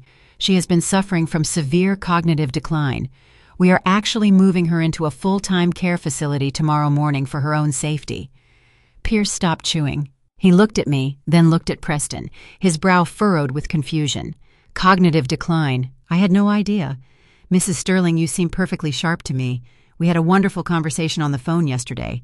Richard jumped in immediately, trying to salvage the narrative. "It comes and goes, Gregory. Some days she is perfectly lucid. Other days she wanders off and leaves the gas stove running. As her family, we have to make the hard choices to protect her. That is why we are executing the emergency conservatorship tonight." Pierce shifted uncomfortably in his chair. "A conservatorship. Preston, you told me your mother was voluntarily stepping down and handing you the corporate shares as a retirement gift. You did not mention anything about a court-ordered medical guardianship." Preston began to sweat. Small beads of perspiration formed on his forehead. He wiped his brow quickly with his cloth napkin. "It is a voluntary transition, Gregory. The conservatorship is just a legal formality to ensure the medical bills are paid out of the estate. Mom is completely on board. Are you not, Mom?" I placed my fork down and looked directly at my son. I gave him a weak, trembling smile. "I am just doing what you tell me is best, Preston. You and Richard handle all the complex paperwork. I do not even understand what I am signing half the time." Pierce set his silverware down. His professional instincts were clearly starting to warn him that something was fundamentally wrong with this transaction. A commercial developer buying a $5 million property from a man whose mother openly admits she does not understand the paperwork while facing forced placement in a nursing home is a massive legal liability. Richard recognized the developer's hesitation and moved immediately to secure the deal. He reached down and hoisted his leather briefcase onto his lap. "Dottie, this meal has been magnificent," Richard announced, forcing a hearty tone into his voice. "But perhaps we should handle the administrative matters right now before we move on to dessert. Gregory is a busy man, and we do not want to keep him away from his Sunday evening." I took a slow sip of my red wine, letting the silence stretch out. I watched Preston physically squirm in his seat. I watched Stephanie bite her lower lip in frustration. "Let us finish our meal first, Richard," I said softly. "Thomas always hated discussing business over a hot plate. The paperwork can wait another 20 minutes. The rest of the dinner was a masterclass in psychological torture." I kept the conversation flowing, asking Pierce detailed questions about his construction timelines and his architectural plans.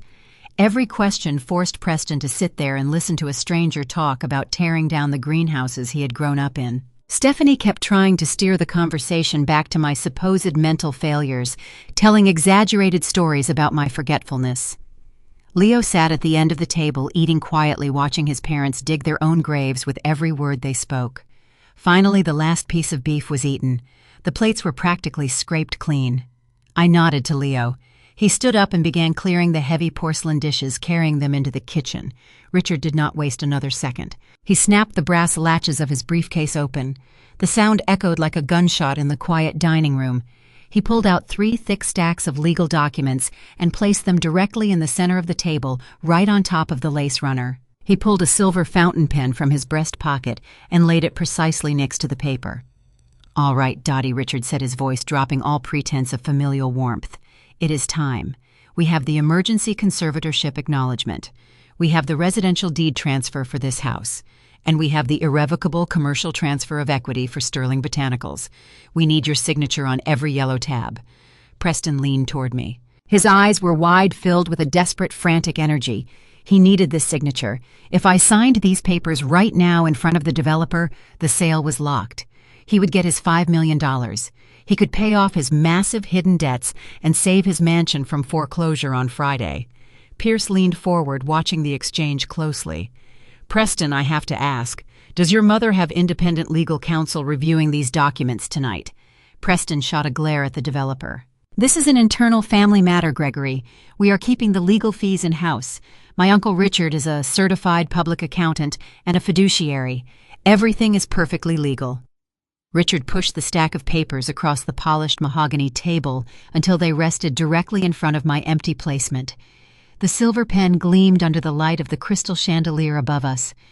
"Just sign here, Mom," Preston whispered, his voice trembling slightly. He pointed a shaking finger at the bottom of the first page. "Just put your name on the line. It will all be over. We can finalize the sale with Gregory tonight, and you can go rest." I looked down at the documents. I looked at the line where my name was supposed to go. I thought about the 40 years of labor Thomas and I had poured into the soil to build our legacy. I thought about the nursing home intake forms waiting in Richard's briefcase. I thought about the gas stove clicking on in the middle of the night.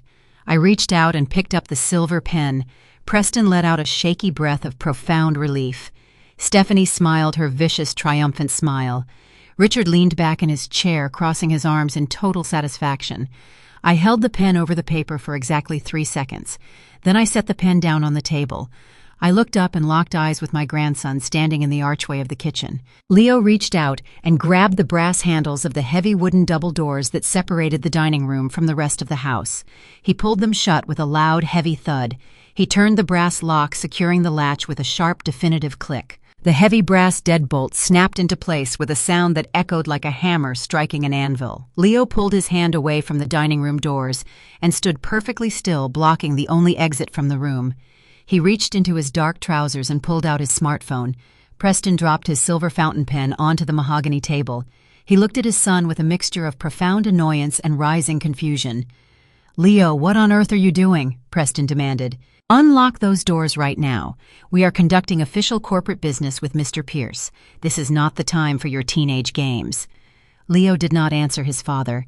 He did not even look at him. He kept his eyes locked on his phone screen and tapped a single button with his thumb. Directly behind Richard, the massive 70-inch smart television mounted above the credenza suddenly clicked on. The sudden bright light illuminated the dark dining room, casting sharp shadows against the floral wallpaper.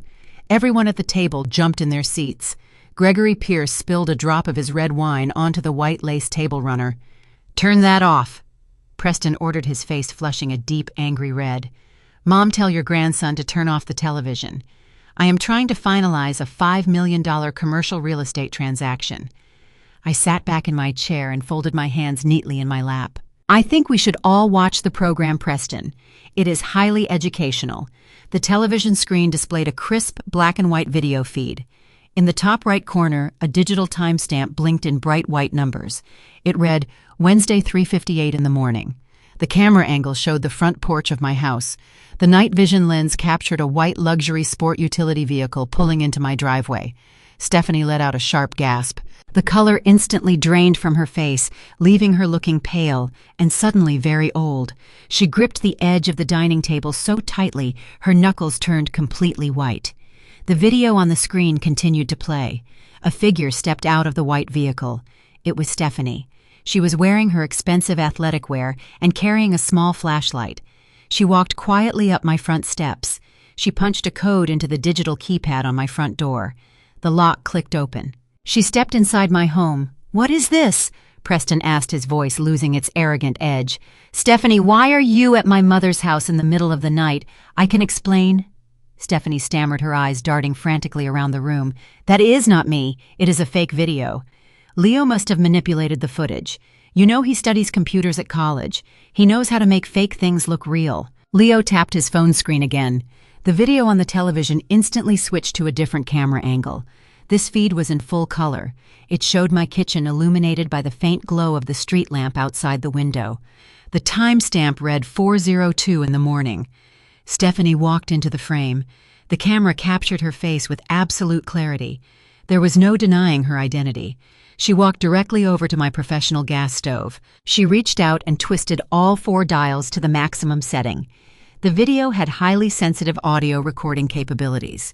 The loud, distinct hiss of raw, natural gas pouring into my kitchen filled the quiet dining room. Stephanie backed away from the stove.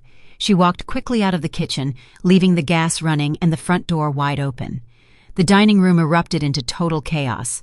Stephanie screamed, grabbing her crystal wine glass and hurling it onto the hardwood floor. It shattered into 100 jagged pieces.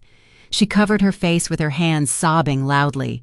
"I did it to protect us," she cried out, her voice thick with panic. "We needed a major incident. We needed proof she could not live alone. I just wanted to help our family survive." Preston leaped out of his chair, knocking it backward onto the floor. He lunged toward the television screen, his face contorted with rage. "Turn it off, Leo," he shouted, waving his arms wildly. "Shut that screen off right this second, or I swear I will throw you out of my house. You do not have a house, Dad," Leo said, his voice steady and calm. "You have a bank loan you cannot pay."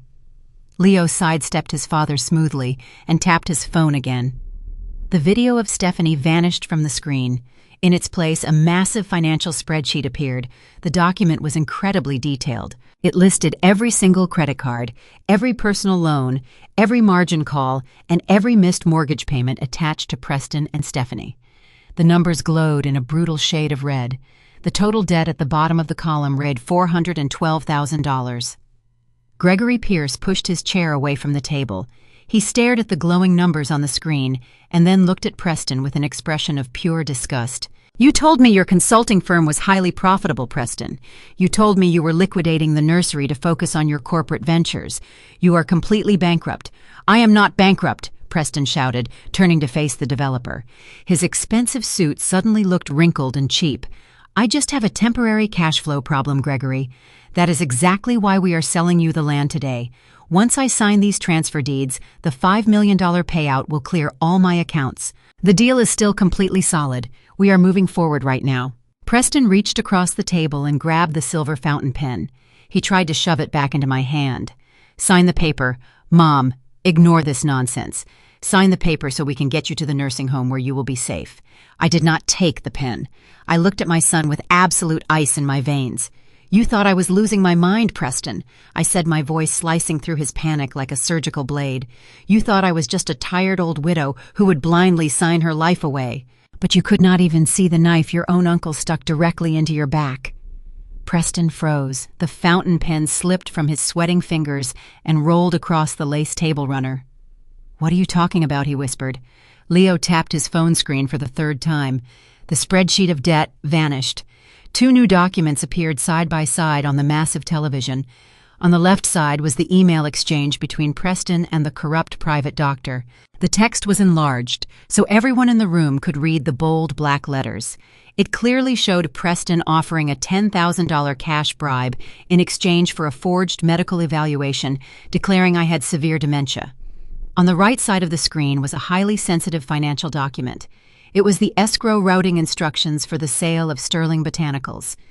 "Look closely at the wire transfer instructions," son, I instructed, leaning back in my chair and folding my arms. "Look at where Mr. Pierce's $5 million is actually going." Preston leaned over the table, squinting at the screen. He read the routing numbers out loud, his voice shaking. "Beneficiary Richard Sterling, Managing Director Offshore Holding Trust, Cayman Islands." Preston stopped reading. He slowly turned his head to look at his uncle. Richard was already moving. He snatched his heavy leather briefcase off the floor and snapped the brass latches shut. His face was pale, but his eyes were calculating and cold.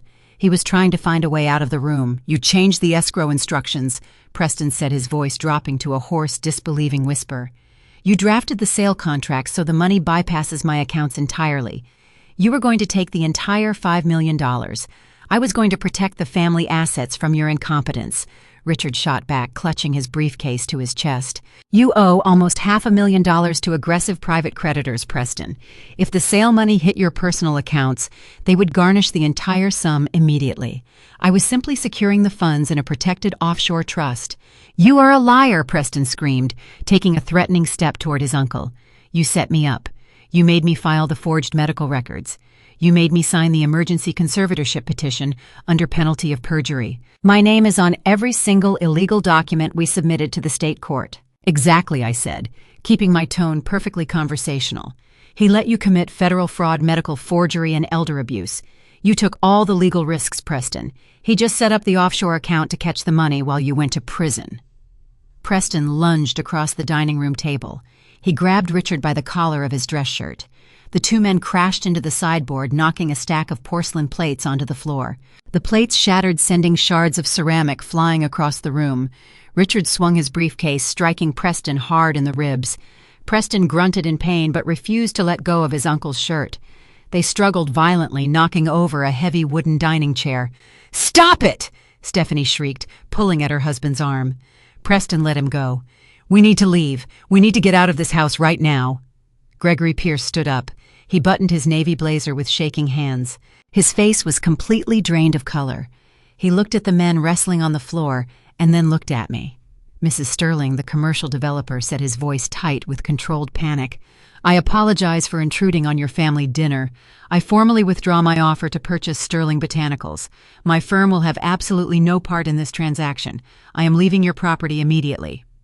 Pierce turned toward the heavy double doors leading to the foyer. He reached out to grab the brass handles. I raised my right hand into the air, stopping him in his tracks. "You cannot leave yet, Mr. Pierce," I said, my voice ringing with absolute authority. Pierce turned back to look at me. He was sweating now, clearly terrified of the massive legal liability unfolding in my dining room. "Mrs. Sterling, I have done nothing wrong. I was presented with what I believed was a legitimate commercial real estate opportunity. I am not involved in their medical fraud or their internal embezzlement schemes. I have a right to leave this house. I know you have done nothing wrong, Mr. Pierce," I replied, giving him a reassuring nod. "You are a victim of their deception just as much as I am. Preston presented you with fraudulent transfer deeds. That is a serious crime in the commercial real estate sector. And unfortunately, you are the primary witness to the fact that my son tried to force me to sign those forged documents under extreme duress." Pierce swallowed hard, clutching his cell phone. "I will have my corporate attorneys contact you tomorrow morning. Your attorneys can wait," I told him, pointing toward the locked dining room doors. "But you have to stay right where you are." "Why?" Pierce demanded, taking a step back from the door. "Because," I said, smiling for the first time all evening, "the police need your official statement." The faint wail of sirens pierced the quiet suburban evening. The high-pitched sound started as a distant echo and rapidly grew louder. Within seconds, the screeching noise filled the entire neighborhood. Flashing red and blue lights illuminated the front windows, casting frantic colored shadows across my dining room walls. Stephanie dropped to her knees right in the middle of the shattered porcelain plates. She wrapped her arms around her stomach and began to wail loudly. Preston released his grip on Richard's shirt. He stumbled backward, his chest heaving as he gasped for air. He looked at the flashing lights outside the window and then looked at me. His arrogant, confident facade was completely stripped away. He looked exactly like the terrified little boy who used to break my favorite vases and lie about it. "Mom, what did you do?" Preston whispered, his hands trembling uncontrollably. "I did exactly what you taught me to do," I answered, standing up from my chair and smoothing the front of my blouse. I protected myself. The first cruiser stopped hard at the curb. A second rolled in behind it, then a third. Doors opened across my front lawn, and uniformed officers moved toward the house, while the blue and red flashes strobed across the dining room ceiling. Leo unlocked the dining room doors only when the lead detective knocked and identified himself. The moment the latch released, Richard bolted. He shoved past a chair and ran through the kitchen toward the back entrance. But I had locked that deadbolt before dinner and removed the key. He yanked the handle twice, realized he was trapped, and spun around just as Preston reached the kitchen doorway. "This is your fault," Richard shouted. "You pushed everything too far." "My fault," Preston yelled back. "You wrote the contracts. You found the doctor. You told me the conservatorship would protect us." They moved toward each other with enough rage that 2 officers stepped between them before the argument became another fight. Stephanie backed against the counter, crying so hard she could barely speak. Gregory Pierce raised both hands and immediately told the officers he was the buyer and had come only because I invited him to witness what he believed was a lawful transfer. I did not raise my voice. I walked to the sideboard, lifted the thick binder Leo and I had prepared, and handed it directly to the lead detective. Inside were printed copies of Stephanie's vehicle telemetry, the security footage, the forged medical correspondence, Preston's debt records, the nursing home intake form, the conservatorship documents, and Richard's offshore escrow instructions. A second folder contained the original digital files and a written timeline Harrison had helped me organize. "Everything is indexed by date," I told the detective. "The video files are preserved in their original format. Mr. Pierce can confirm what Preston and Richard represented to him tonight." The detective opened the binder, scanned the first few tabs, then looked toward his officers. "Separate them," he ordered. Stephanie began screaming that she had only been trying to protect the family. Richard demanded a lawyer. Preston simply stared at me while an officer guided his hands behind his back. The click of the handcuffs was quiet compared with everything that had happened that week, but it was the sound I remembered most clearly. It was the sound of their control ending. The red and blue lights from the police cruisers parked on my front lawn washed over the dining room walls in harsh rhythmic flashes.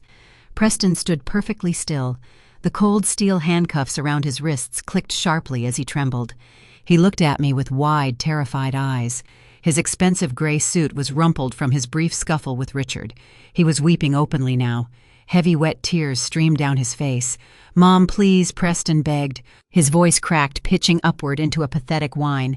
"I am your son. You cannot let them take me to jail. Please, Mom, I will do anything." I looked at him with absolute ice in my veins. "My son died the day he did not show up to his father's funeral," I said. "The man standing in my dining room right now is just a thief who got caught." Preston choked on a sob. Stephanie was crying hysterically in the corner while a female officer held her by the arm. Richard stood silently near the broken porcelain plates looking at the floor. "You think this is the end of it, Preston?" I asked, stepping closer to him. "You think going to prison for a few years is the worst thing that is going to happen to you tonight?" Preston sniffled, wiping his nose against his shoulder since his hands were bound behind his back. "What do you mean?" "The police are taking us." The developer backed out. "The deal is dead. We lost. What else could possibly happen?" I turned and walked back to the heavy mahogany dining table. I picked up the leather folder Harrison had given me at his law office. I opened it and pulled out a stack of crisp legal documents. I walked back over to Preston and held the papers up so they were directly in his line of sight. "Do you remember the day you met Gregory at the nursery, Preston?" I asked. "Richard had already frozen my personal accounts, and you believed I was too frightened to fight back. I showed you a packet Harrison had prepared. You thought it was temporary authority to manage my bank accounts and the company while I was supposedly confused." Preston's face twitched. "I signed the continuity forms," he said. "You told me they were for account access." "I told you Harrison said the acting manager had to sign them," I replied. "You decided you were the acting manager before you read a single page. Gregory watched you sign. No one forced your hand." I pulled the executed packet from the folder and held it where he could see his own signature. The title on the first page was dull enough that he had ignored it, but the operative language was not. By accepting interim management authority, Preston had also accepted the obligations attached to any transfer of control over Sterling Botanicals. Harrison had structured the $4 million commercial financing so that a change in control triggered immediate acceleration. The loan proceeds had gone into the protected trust. The debt stayed attached to the corporate entity Preston was so desperate to command. $4 million, Preston whispered. $4 million, I confirmed. And the forms you signed included your personal guarantee for any deficiency created by a transfer you initiated. You wanted authority over my assets. You signed for the liabilities that came with it. He shook his head violently. "No. Richard said the company was clean. He said there were no loans." Richard knew only what the public record showed before Harrison completed the restructuring, I said. "I was so busy preparing your conservatorship and his offshore escrow that he never slowed down long enough to verify the final financing package. You were both racing to steal from me. Neither of you checked the ground under your feet." Preston looked toward Richard, but his uncle said nothing. The acceleration clause was triggered the moment you accepted control and moved forward with the transfer. I continued. "Gregory has withdrawn the purchase, so there is no $5 million closing payment to rescue you. The lender will pursue the collateral and the personal guarantee. Your mansion, your cars, your investment accounts, and every transferable luxury asset you bragged about can be reached to satisfy what remains after the corporate collateral is applied." Stephanie's crying stopped for a fraction of a second. "Our house," she whispered. "Your house is already in foreclosure because you stopped paying the mortgage," I said. "This does not save it. It makes the rest of your financial collapse worse." Preston began pulling against the officer's grip. "I will file bankruptcy." "You can file whatever your attorney advises," I said. "It will not reverse the criminal case, restore the sale, erase properly perfected liens, or give you access to the trust. It will not put the cars back in the garage after they are repossessed. It will not preserve a country club membership that can be sold or surrendered while creditors and the court sort through what you own. Most importantly, it will not return a single dollar of my money to you." His knees buckled and the officer behind him caught his elbow. I held up the final page. "You believed you were signing your way into my bank accounts. You were actually signing responsibility for the debt attached to the business you were trying to take. You kept demanding that I trust you, Preston, but you never trusted anything enough to read it." He stared at his signature as if the ink might rearrange itself into a different future. It did not. Stephanie suddenly lurched forward against the officer holding her. "You cannot take everything," she cried. "We have nowhere to go." I looked at her and thought of the duffel bag she had packed for me. I thought of the pearl necklace she had slipped into her pocket while telling me the nursing home would be safer without valuables. "You had a place prepared for me," I said. "A ground-floor room at Sunset Meadows with a view of the parking lot. Perhaps you should have worried less about where I was going to sleep and more about the mortgage notices stacked in your own kitchen." She covered her face and sobbed. Preston looked smaller by the second. The arrogance that had carried him through the country club, the forged medical declaration, and the conservatorship hearing had disappeared. "Mom, please," he said. "I have nothing left. You had a father who gave you every advantage he never had." I replied. "You had an education paid for in cash. You had a family business you could have joined honestly. You had a home, a wife, a son, and every opportunity to live comfortably. You did not lose those things because I trapped you. You gambled them away before you ever came after me. The trap only made sure you could not use my life to refill the hole you dug." Richard finally lifted his head. His voice was thin, but still arrogant. No private lender would structure a transfer that aggressively without serious review. "You are exaggerating." I turned toward him. "Harrison expected you to say that. The financing was documented before your attempted transfer. The security interests were perfected, and every signature in this packet was witnessed. Gregory saw Preston sign. Harrison retained the originals. You can argue about the consequences with your own attorney, Richard, assuming you can find one who accepts promises instead of money." For the first time all evening, Richard had no answer. Preston stared at the floor. I watched the realization settle into him. The $5 million he thought would save him had never been his. The company he tried to steal came loaded with obligations he had willingly assumed, and the uncle he trusted planned to take the payout anyway. Prison was only one part of what awaited him. When he eventually came home, the symbols he had built his identity around would be gone. That was the point where his anger finally broke. He stopped pulling away from the officer. He stopped looking at Richard. He simply stood there and cried. The lead detective stepped forward from the hallway. He was a tall man with a stern face and graying hair. He held the thick, meticulously organized binder I had handed him earlier. The binder contained all of Leo's digital evidence, the forged medical documents, the fraudulent escrow papers, and the offshore banking routes Richard had set up. "Mrs. Sterling," the detective said politely, "we have everything we need here. The evidence is incredibly thorough. We will transport the suspects to the county lockup for processing. The district attorney will be in touch regarding your formal statement tomorrow." "Thank you, Detective," I replied, nodding to him. "I appreciate your swift response tonight." The detective signaled to his officers. "All right, let us move out," he commanded. The officers tightened their grips on my family members. They began physically maneuvering them toward the heavy double doors leading to the foyer. Stephanie dragged her feet. her rubber-soled shoes squeaking against the polished hardwood floor. She wailed loudly, a terrible high-pitched sound of pure entitlement being shattered. She looked back at me, her face twisted in absolute hatred. "You ruined my life, you vicious old woman," she screamed as the officer pulled her through the doorway. I did not flinch. I just watched her go. Preston was the last one to be let out. The young officer guided him gently but firmly toward the exit. Preston did not fight. He did not scream like his wife. He walked with his head bowed, his shoulders slumped in total defeat. As he reached the threshold of the dining room, he stopped and looked back over his shoulder.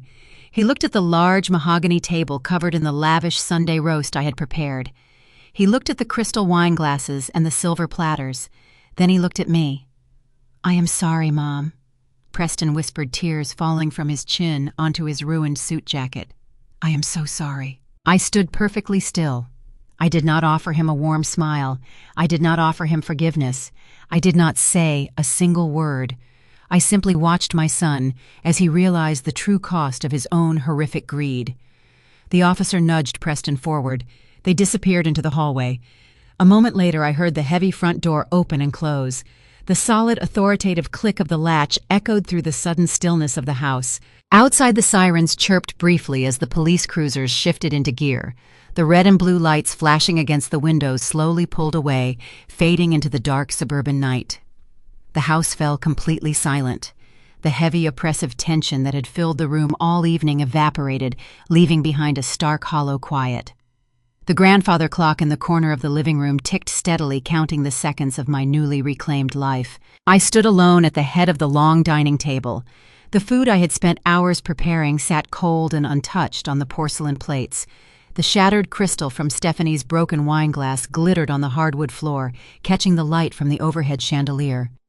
The legal documents Preston had brought to steal my empire remained scattered across the lace runner, abandoned and completely useless. I let out a long, slow breath. The tension finally released its grip on my spine. My shoulders dropped. My hands relaxed. I turned my head. Leo was standing near the arched entryway to the kitchen. He had his phone in one hand and the television remote in the other. He had remained perfectly silent throughout the entire confrontation, standing like a steadfast guard, ensuring the trap snapped shut exactly as we had planned. He looked at the empty chairs. He looked at the cold food. He looked at the shattered glass on the floor. Then he looked at me. His dark eyes were filled with a mixture of profound exhaustion and deep, unwavering respect. "Are you okay?" Nana Leo asked, his voice soft, breaking the absolute silence of the empty house. I looked at my 19-year-old grandson. I saw Thomas in the firm set of his jaw. I saw my own resilience in the steady calm of his posture. He had risked everything to protect me. He had chosen integrity over his own parents. He had chosen loyalty over the promise of stolen wealth. I walked around the edge of the mahogany table, stepping carefully over the broken glass. I reached out and pulled Leo into a tight, fierce embrace. He hugged me back, resting his chin on the top of my head, just like his grandfather used to do. "I am perfectly fine, Leo," I said, holding him close in the quiet dining room. "We are both perfectly fine." The heavy, humid air of the main greenhouse wrapped around me like a warm blanket. The scent of damp potting soil and blooming jasmine filled my lungs. I stood at a long metal work table, trimming the dead leaves off a row of young maple saplings. 6 months had passed since the police cruisers pulled away from my dining room. My hands moved with a familiar, steady rhythm. The sharp snap of the pruning shears echoed through the glass enclosure. I brushed a smudge of dirt from my denim apron and looked down the long aisle of thriving plants. Sterling Botanicals was alive. It was breathing. It was completely mine again. The glass door at the far end of the greenhouse swung open. Harrison walked down the gravel path. My retired corporate attorney wore a tan linen suit today, completely out of place among the bags of fertilizer, but looking far more relaxed than the last time I saw him in his corporate war room. He held a thick manila envelope under his right arm. He navigated around a massive pallet of ceramic pots and stopped at my work table. "Good morning," Dottie, Harrison said, wiping a bead of sweat from his forehead. "The air in here is thick enough to drink." I smiled and wiped my hands on a clean cloth. "It is perfect for the maples, Harrison. What brings you out of the city on a Tuesday morning?" He unbuttoned his suit jacket and placed the envelope directly on my work table. "I have the final court dispositions. The judge accepted the plea deals an hour ago. I thought you would want to hear the details in person. I stopped wiping my hands. I placed the cloth down on the metal table and looked him in the eye. Tell me. Harrison tapped the heavy envelope. Preston and Stephanie took the state offer. They pleaded guilty to conspiracy to commit elder fraud and medical forgery. The judge gave them 4 years in a minimum security correctional facility. As part of the restitution agreement, they had to surrender all remaining personal assets to satisfy the commercial deficiency judgments. The bank auctioned off their house last month. The sports cars have been repossessed and sold. The country club formally expelled them and liquidated their membership shares. They have absolutely nothing left. I looked at the young saplings sitting in their plastic pots. And Richard. Harrison let out a dry, rough laugh. Your brother-in-law tried to fight it at first. He claimed he was only a hired accountant following Preston's instructions. The offshore routing records destroyed that story. In the end, Richard accepted a plea for conspiracy to commit elder fraud and attempted grand larceny tied to the $5 million diversion. He received 7 years, and the state board permanently revoked his certified public accountant license.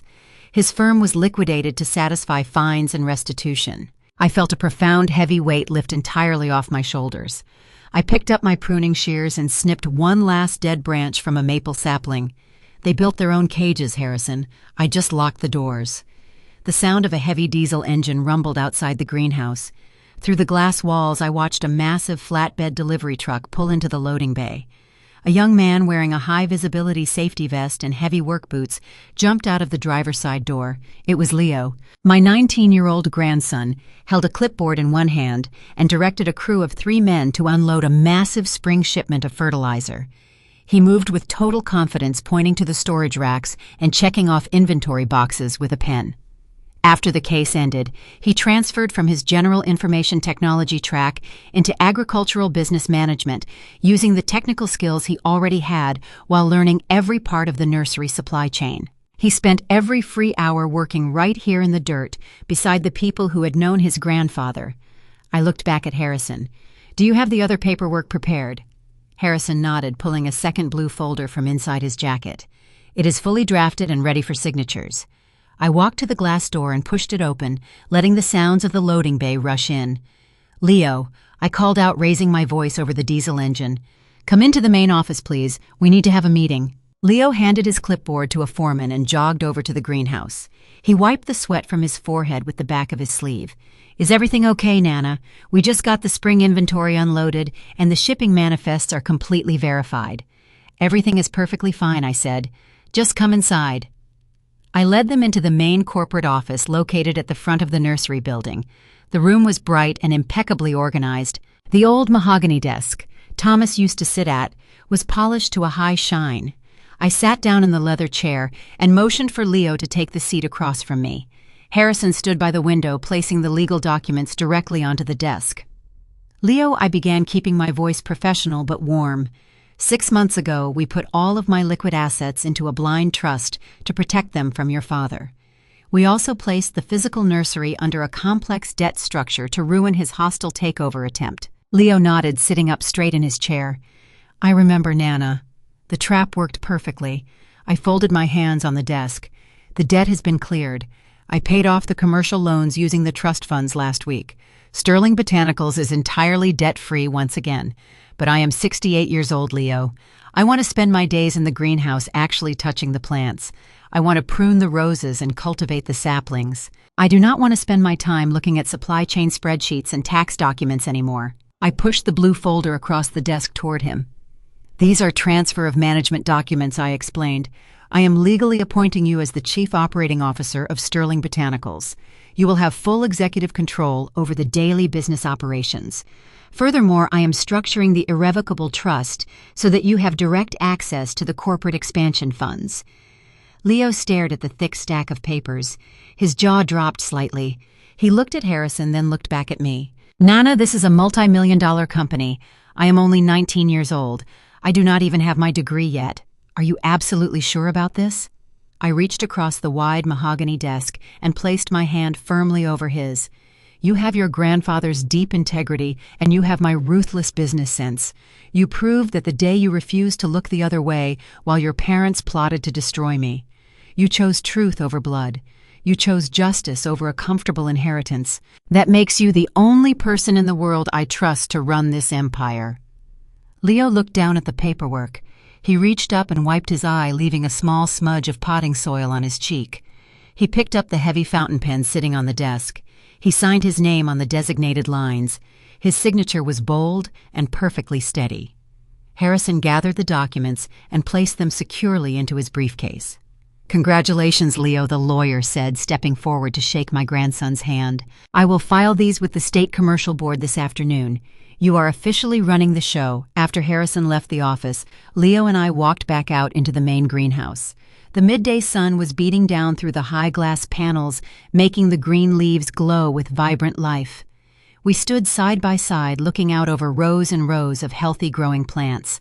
The automated irrigation sprinklers kicked on, sending a fine, cool mist into the air. "Grandpa would be really happy to see this," Leo said quietly, shoving his hands deep into his pockets.